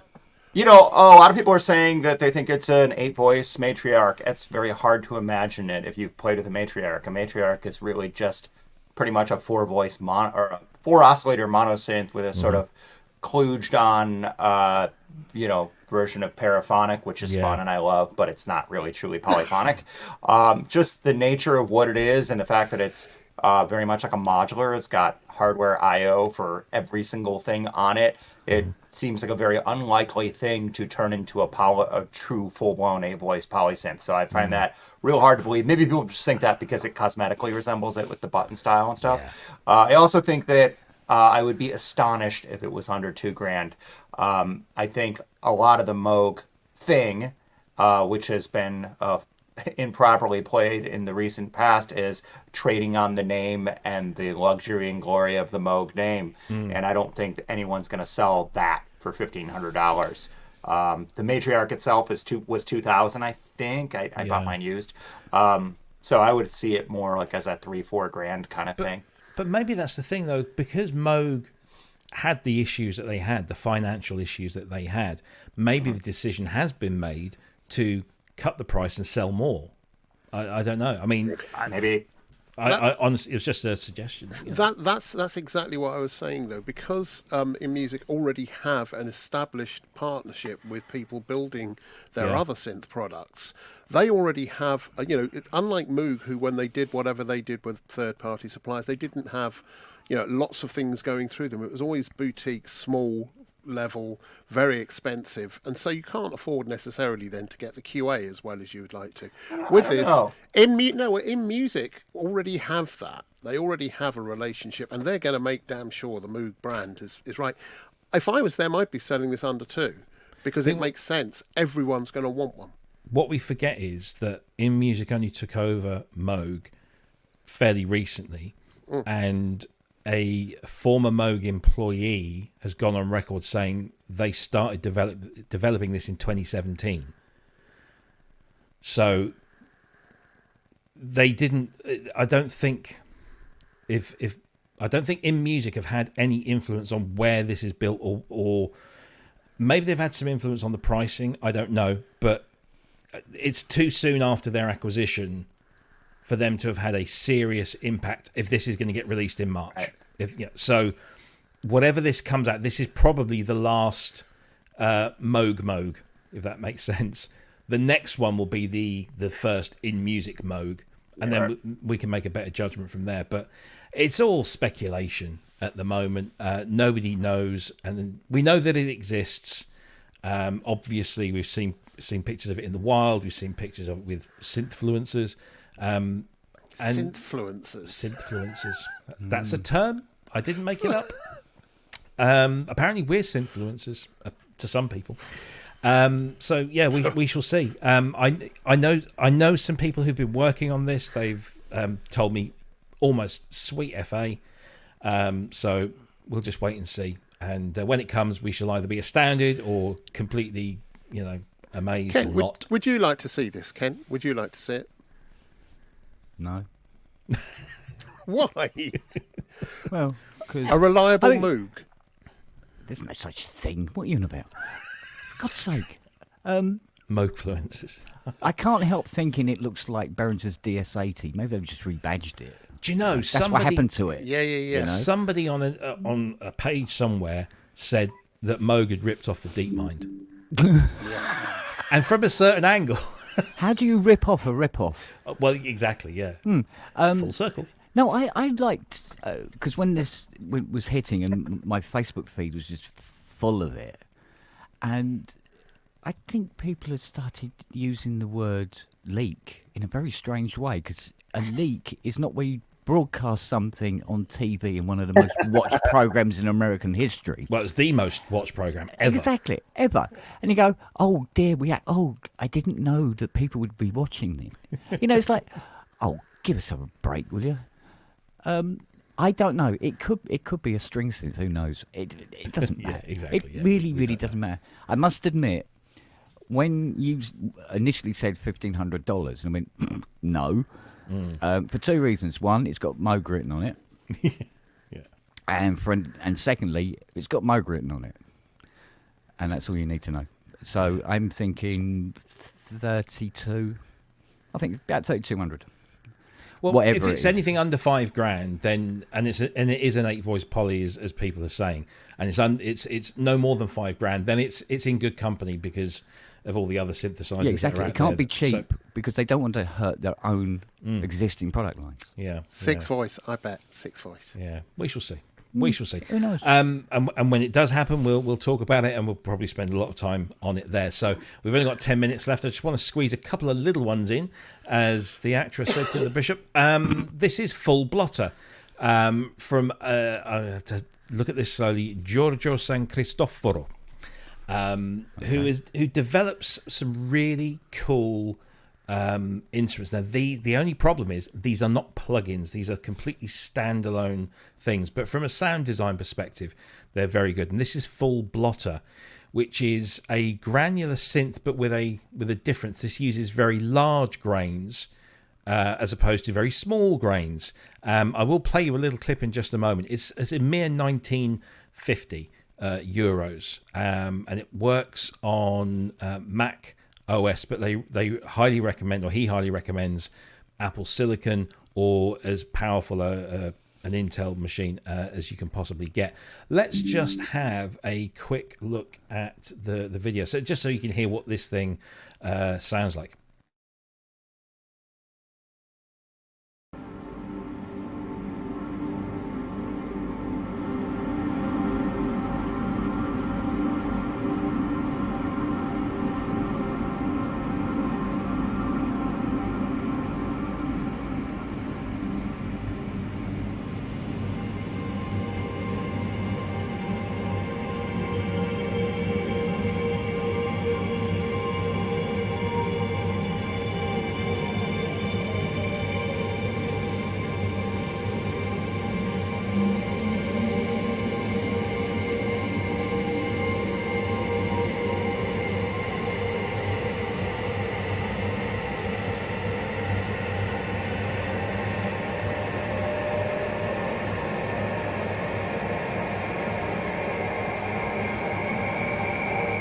So you get the idea. It's a granular synth. You move the playhead through a WAV file or an audio file. You can apply filters and EQs and delays and lots of reverb, and you just get this wonderful, very ambient type sound. He says it's slightly different from other granular stuff because, of course he would, but he uses large grains rather than small grains, and that's the key difference, he says. But yeah, you can import any audio file and start messing around, and I love doing that with samples and getting into that very sort of small level. I just think it's a really cool thing if you're looking to to make those sorts of sounds. And I guess you can take them, sample them, put them into something else and use them within either your hardware or your DAW. Just to remind people, if you've forgotten, this is also the guy that produced this, and we spoke about this was it last year or the year before, Mealy, which is essentially 1,000 oscillator synthesizer. This one definitely requires Apple Silicon. I tried this on my iMac and it fair killed it, but it runs an absolute dream on the Mac Studio. So you have basically 10 synthesizers, each with 100 oscillators in there. And then you can set all the pitches, different rates and reverbs and all this kind, and it's just a glorious, glorious sound. I ain't tuning it. Sorry, I ain't tuning it. No, yeah, it's actually kind of fun. It's done in such ways that it's quite instant. You get some good results without going too far. And of course, it has quadraphonic output, which is useful. But yeah, this is the guy that does these weird and wonderful things. I always like people who just think a little bit outside the box, and granular does seem to be the sound engine of choice over the last year or so. Lots of people have been coming out with granular synths, both hardware and software, and even Cherry Audio have been slightly guilty of using granular synthesis. What was it now? Did you? Or am I getting you mixed up with somebody else? We haven't done a granular synth, but I do love the sound of them. Yeah. No, what was it? I was thinking of something completely different. I apologise. Anyway, do something granular, and then you don't make me look a fool. Oh yeah, we did one. It was a real small release, very limited. Yeah, limited to one. Any thoughts on this as a sound design tool? Obviously, you can't use it as a plug-in, but if you're an ambient sound designer, or maybe you're looking to just get a sample to build an instrument from. Any thoughts on this before we move on to the last final thing and say goodbye? Well, I've got a couple of things like this. Yeah. No, okay, that's fine. We'll move on.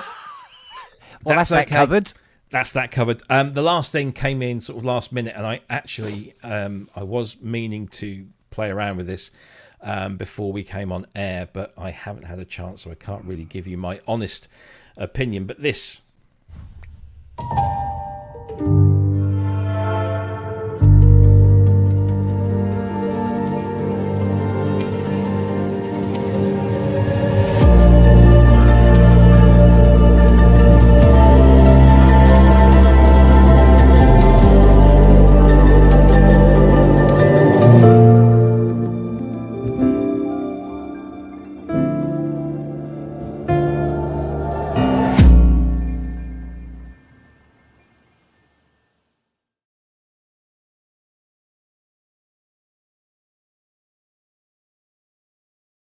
And there we go. Aurora from UVI. It's currently on sale for €79, which is a discounted price. But of course, if you have UVI Sonic Pass, it's already in your library.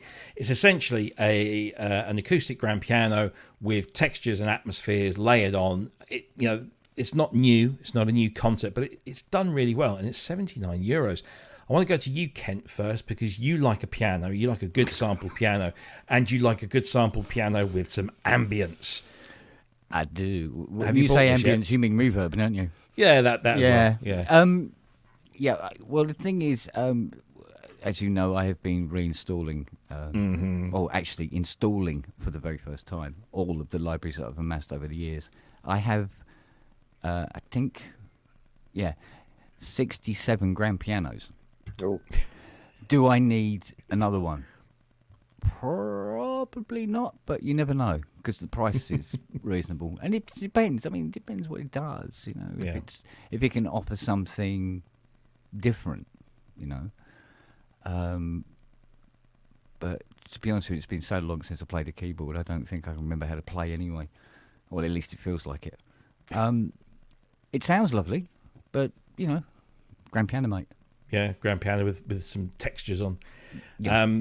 Who did something like this recently? Was it Arturia with augmented pianos? Didn't they? They did something. Yeah. I think every Everybody sample got that as well. format. Yeah, probably. There's probably loads in Contact as well. Yeah. I've We got can't. C7 in UVI. Your lips are moving, Andrew. We can't hear you because you're muted. What a twat. Yeah. I Like a did drink. have a listen to this, and I did have a look through the video, and I have to say that I'm actually really taken with this. I think they have a couple of hundred textures, a couple of hundred atmospheres, and you can play around with the piano to give it different. You know, you can play around with all of it to do different things, and there's lots of really cool effects you can add to it as well. Actually, of all the things I've heard, this is the one that's closest to my heart in terms of being able to play it as a piano and then add all that other stuff in. It's actually a really impressive one, and at $79, I think I'm going to press the button on this and go. Yeah, I just am. I think it's a it's lovely sounding affordable. thing. For sure. Yeah. Damn it, Dan I'll have Mitchell, to any now. thoughts on ambient pianos with textures and atmospheres, or it's just like I love a synth pad. I love tinkly pianos. It sounds cool. I'd love to hear more of it. There wasn't a lot of actual this is true. Yeah. sound in that video, so There are longer videos available, but yeah, we'd sort of push for time. Yeah. Yeah. This seems like a no-brainer for people doing soundtrack stuff. I mean, you hear that kind of stuff on television shows, dramatic stuff, movies, like constantly. So I'm sure it's aimed at that market. It's perfect for that. Yeah. Cool. Yeah, really good. And it's, as I say, if you have subscribed to the excellent value UVI Sonic Pass, which is around £22, £24, dollars, euros a month, you get everything that UVI do, everything. And of course, this will already be in the package. So, but say it's €79 is not a bad price at all if that's your thing. If not, pass it by. Right, that's literally taken us up to the hour mark. So first of all, thank you once again to Dan Goldstein, Mitchell Sigmund, Cherry Audio. Their CR78 is available now. Congratulations on the release. I hope it's an enormous success. Be a which I resounding success. no doubt it will. Yeah.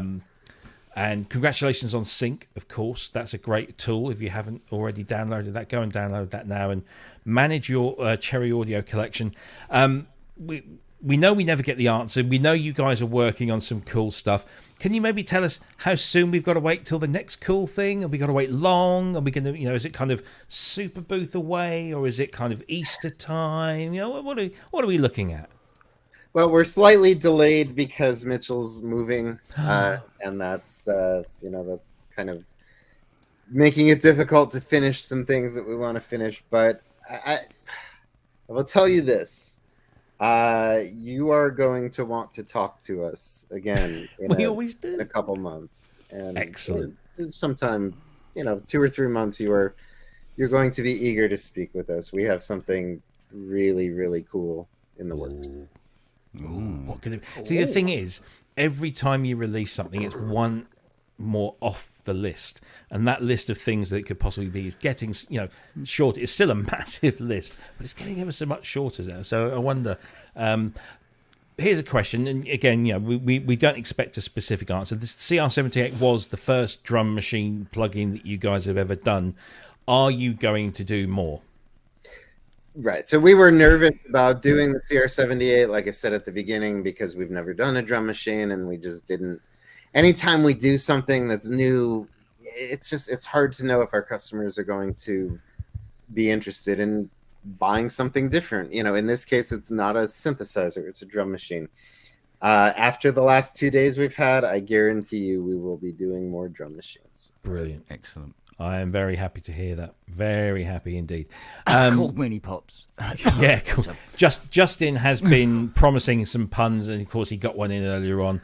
My glass heart is so warm right now, and there were numerous CR78 puns. And again, Rob, whatever it is you pay him more, because that list of puns at the end of the video, the teaser video, was just, I was spitting out coffee. It was so funny. It was just really, really good. Pretty sure Mitchell came up with a few of those. Yeah. Oh, well, you all deserve a pay rise. There you go, Dan. I did. Give him a pay rise. I did. Give him a pay rise.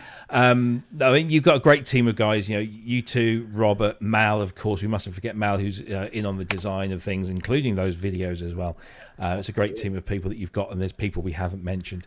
But credit to you all. You do a fantastic job. There was a couple of other things. Let's just very quickly, because I don't want to upset anyone. Can Cherry Audio make the EML Electro Comp 101 in the future? Thankfully, they made the Nova Chord after I requested it, or it could be a coincidence. But there you go. Something to add to the list if it isn't already on there, the Electro Comp 101. That's from Andy, our moderator. Another one here, Half God, Half Beast says, can Cherry please do an EMS Synthy next, please? Arturia has one, don't they? Sorry? Arturia has one. They do, yes. Stills has one as well, don't they? Yeah, I think they might do. Yeah, there's If a that's couple how of it's those. pronounced. Yeah, I mean, but then the thing- people want Cherry Audio versions. The thing we can say is this. I mean, honestly, like, we usually know the next one or two things we're going to do, and then we have no idea. So, but if you're thinking of it, customer, right? If you are thinking of it, and it's a classic, super cool analog thing, whatever, with knobs or switches or whatever, we've thought of it too.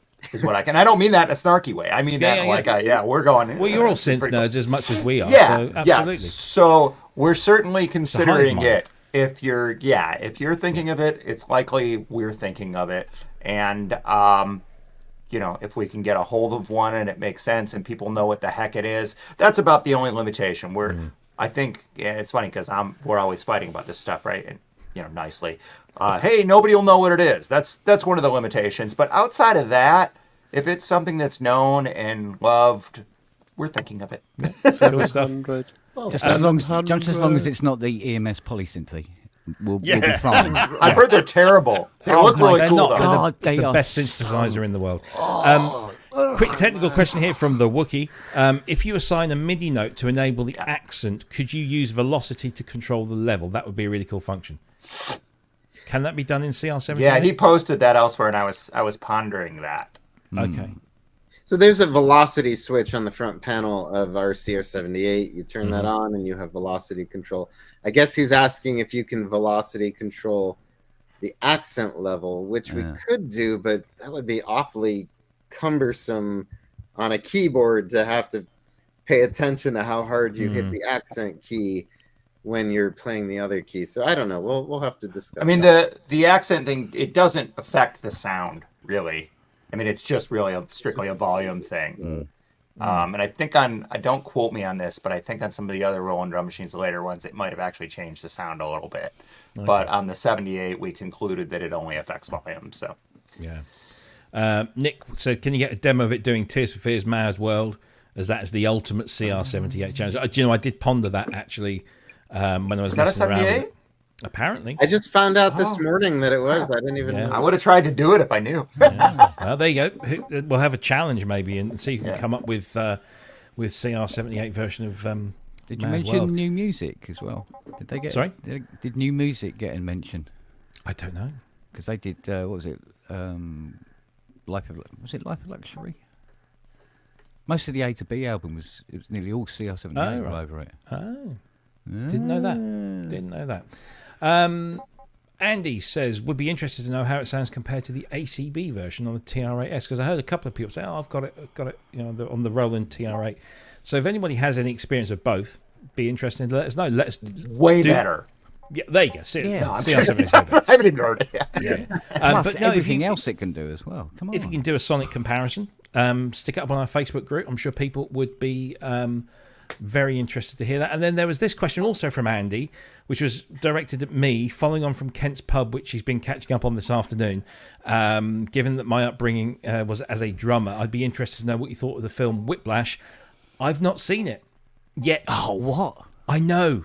It's on my list. You know when you sit down with the missus, you Netflix and chill, and you just sit there and you go through my list and you say, "Do you want to watch that one? Nah. Do you want to watch that?" And every time we come to Whiplash, she goes, "No, I really don't want to watch that one." So I'm waiting for one of those times when she's out of the house and I've got the TV to myself. And so I'm sorry, Andy, I can't give you a definitive answer. But as a drummer, of course, I'm interested in watching that. And of course, it won a ton of Oscars and stuff, didn't it? So, yeah.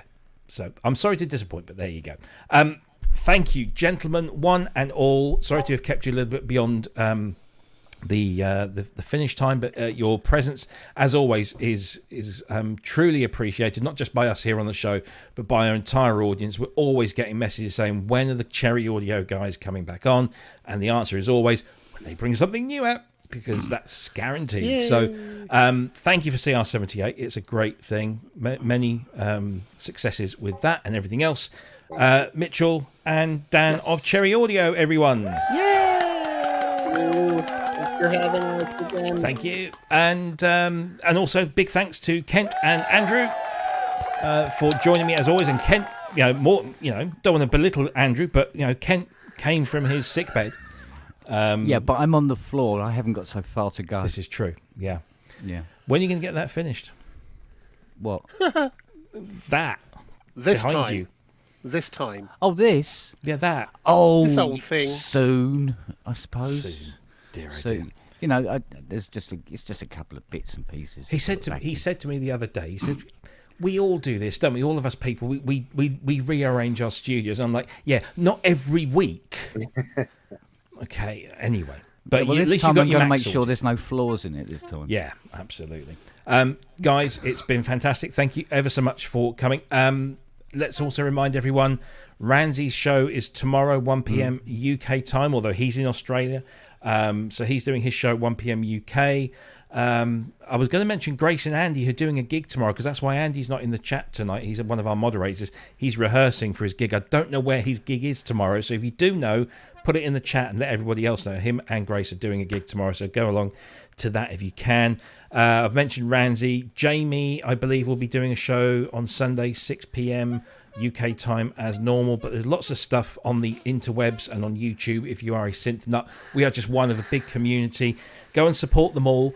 If you want to support us, Patreon, go and sign up there. Or, I forgot to mention at the top of the show, YouTube memberships. If that's your bag, you can be a member of our YouTube channel, and we promise we will get things to you at some point in terms of freebies and benefits and bonuses. And thank you, Eric.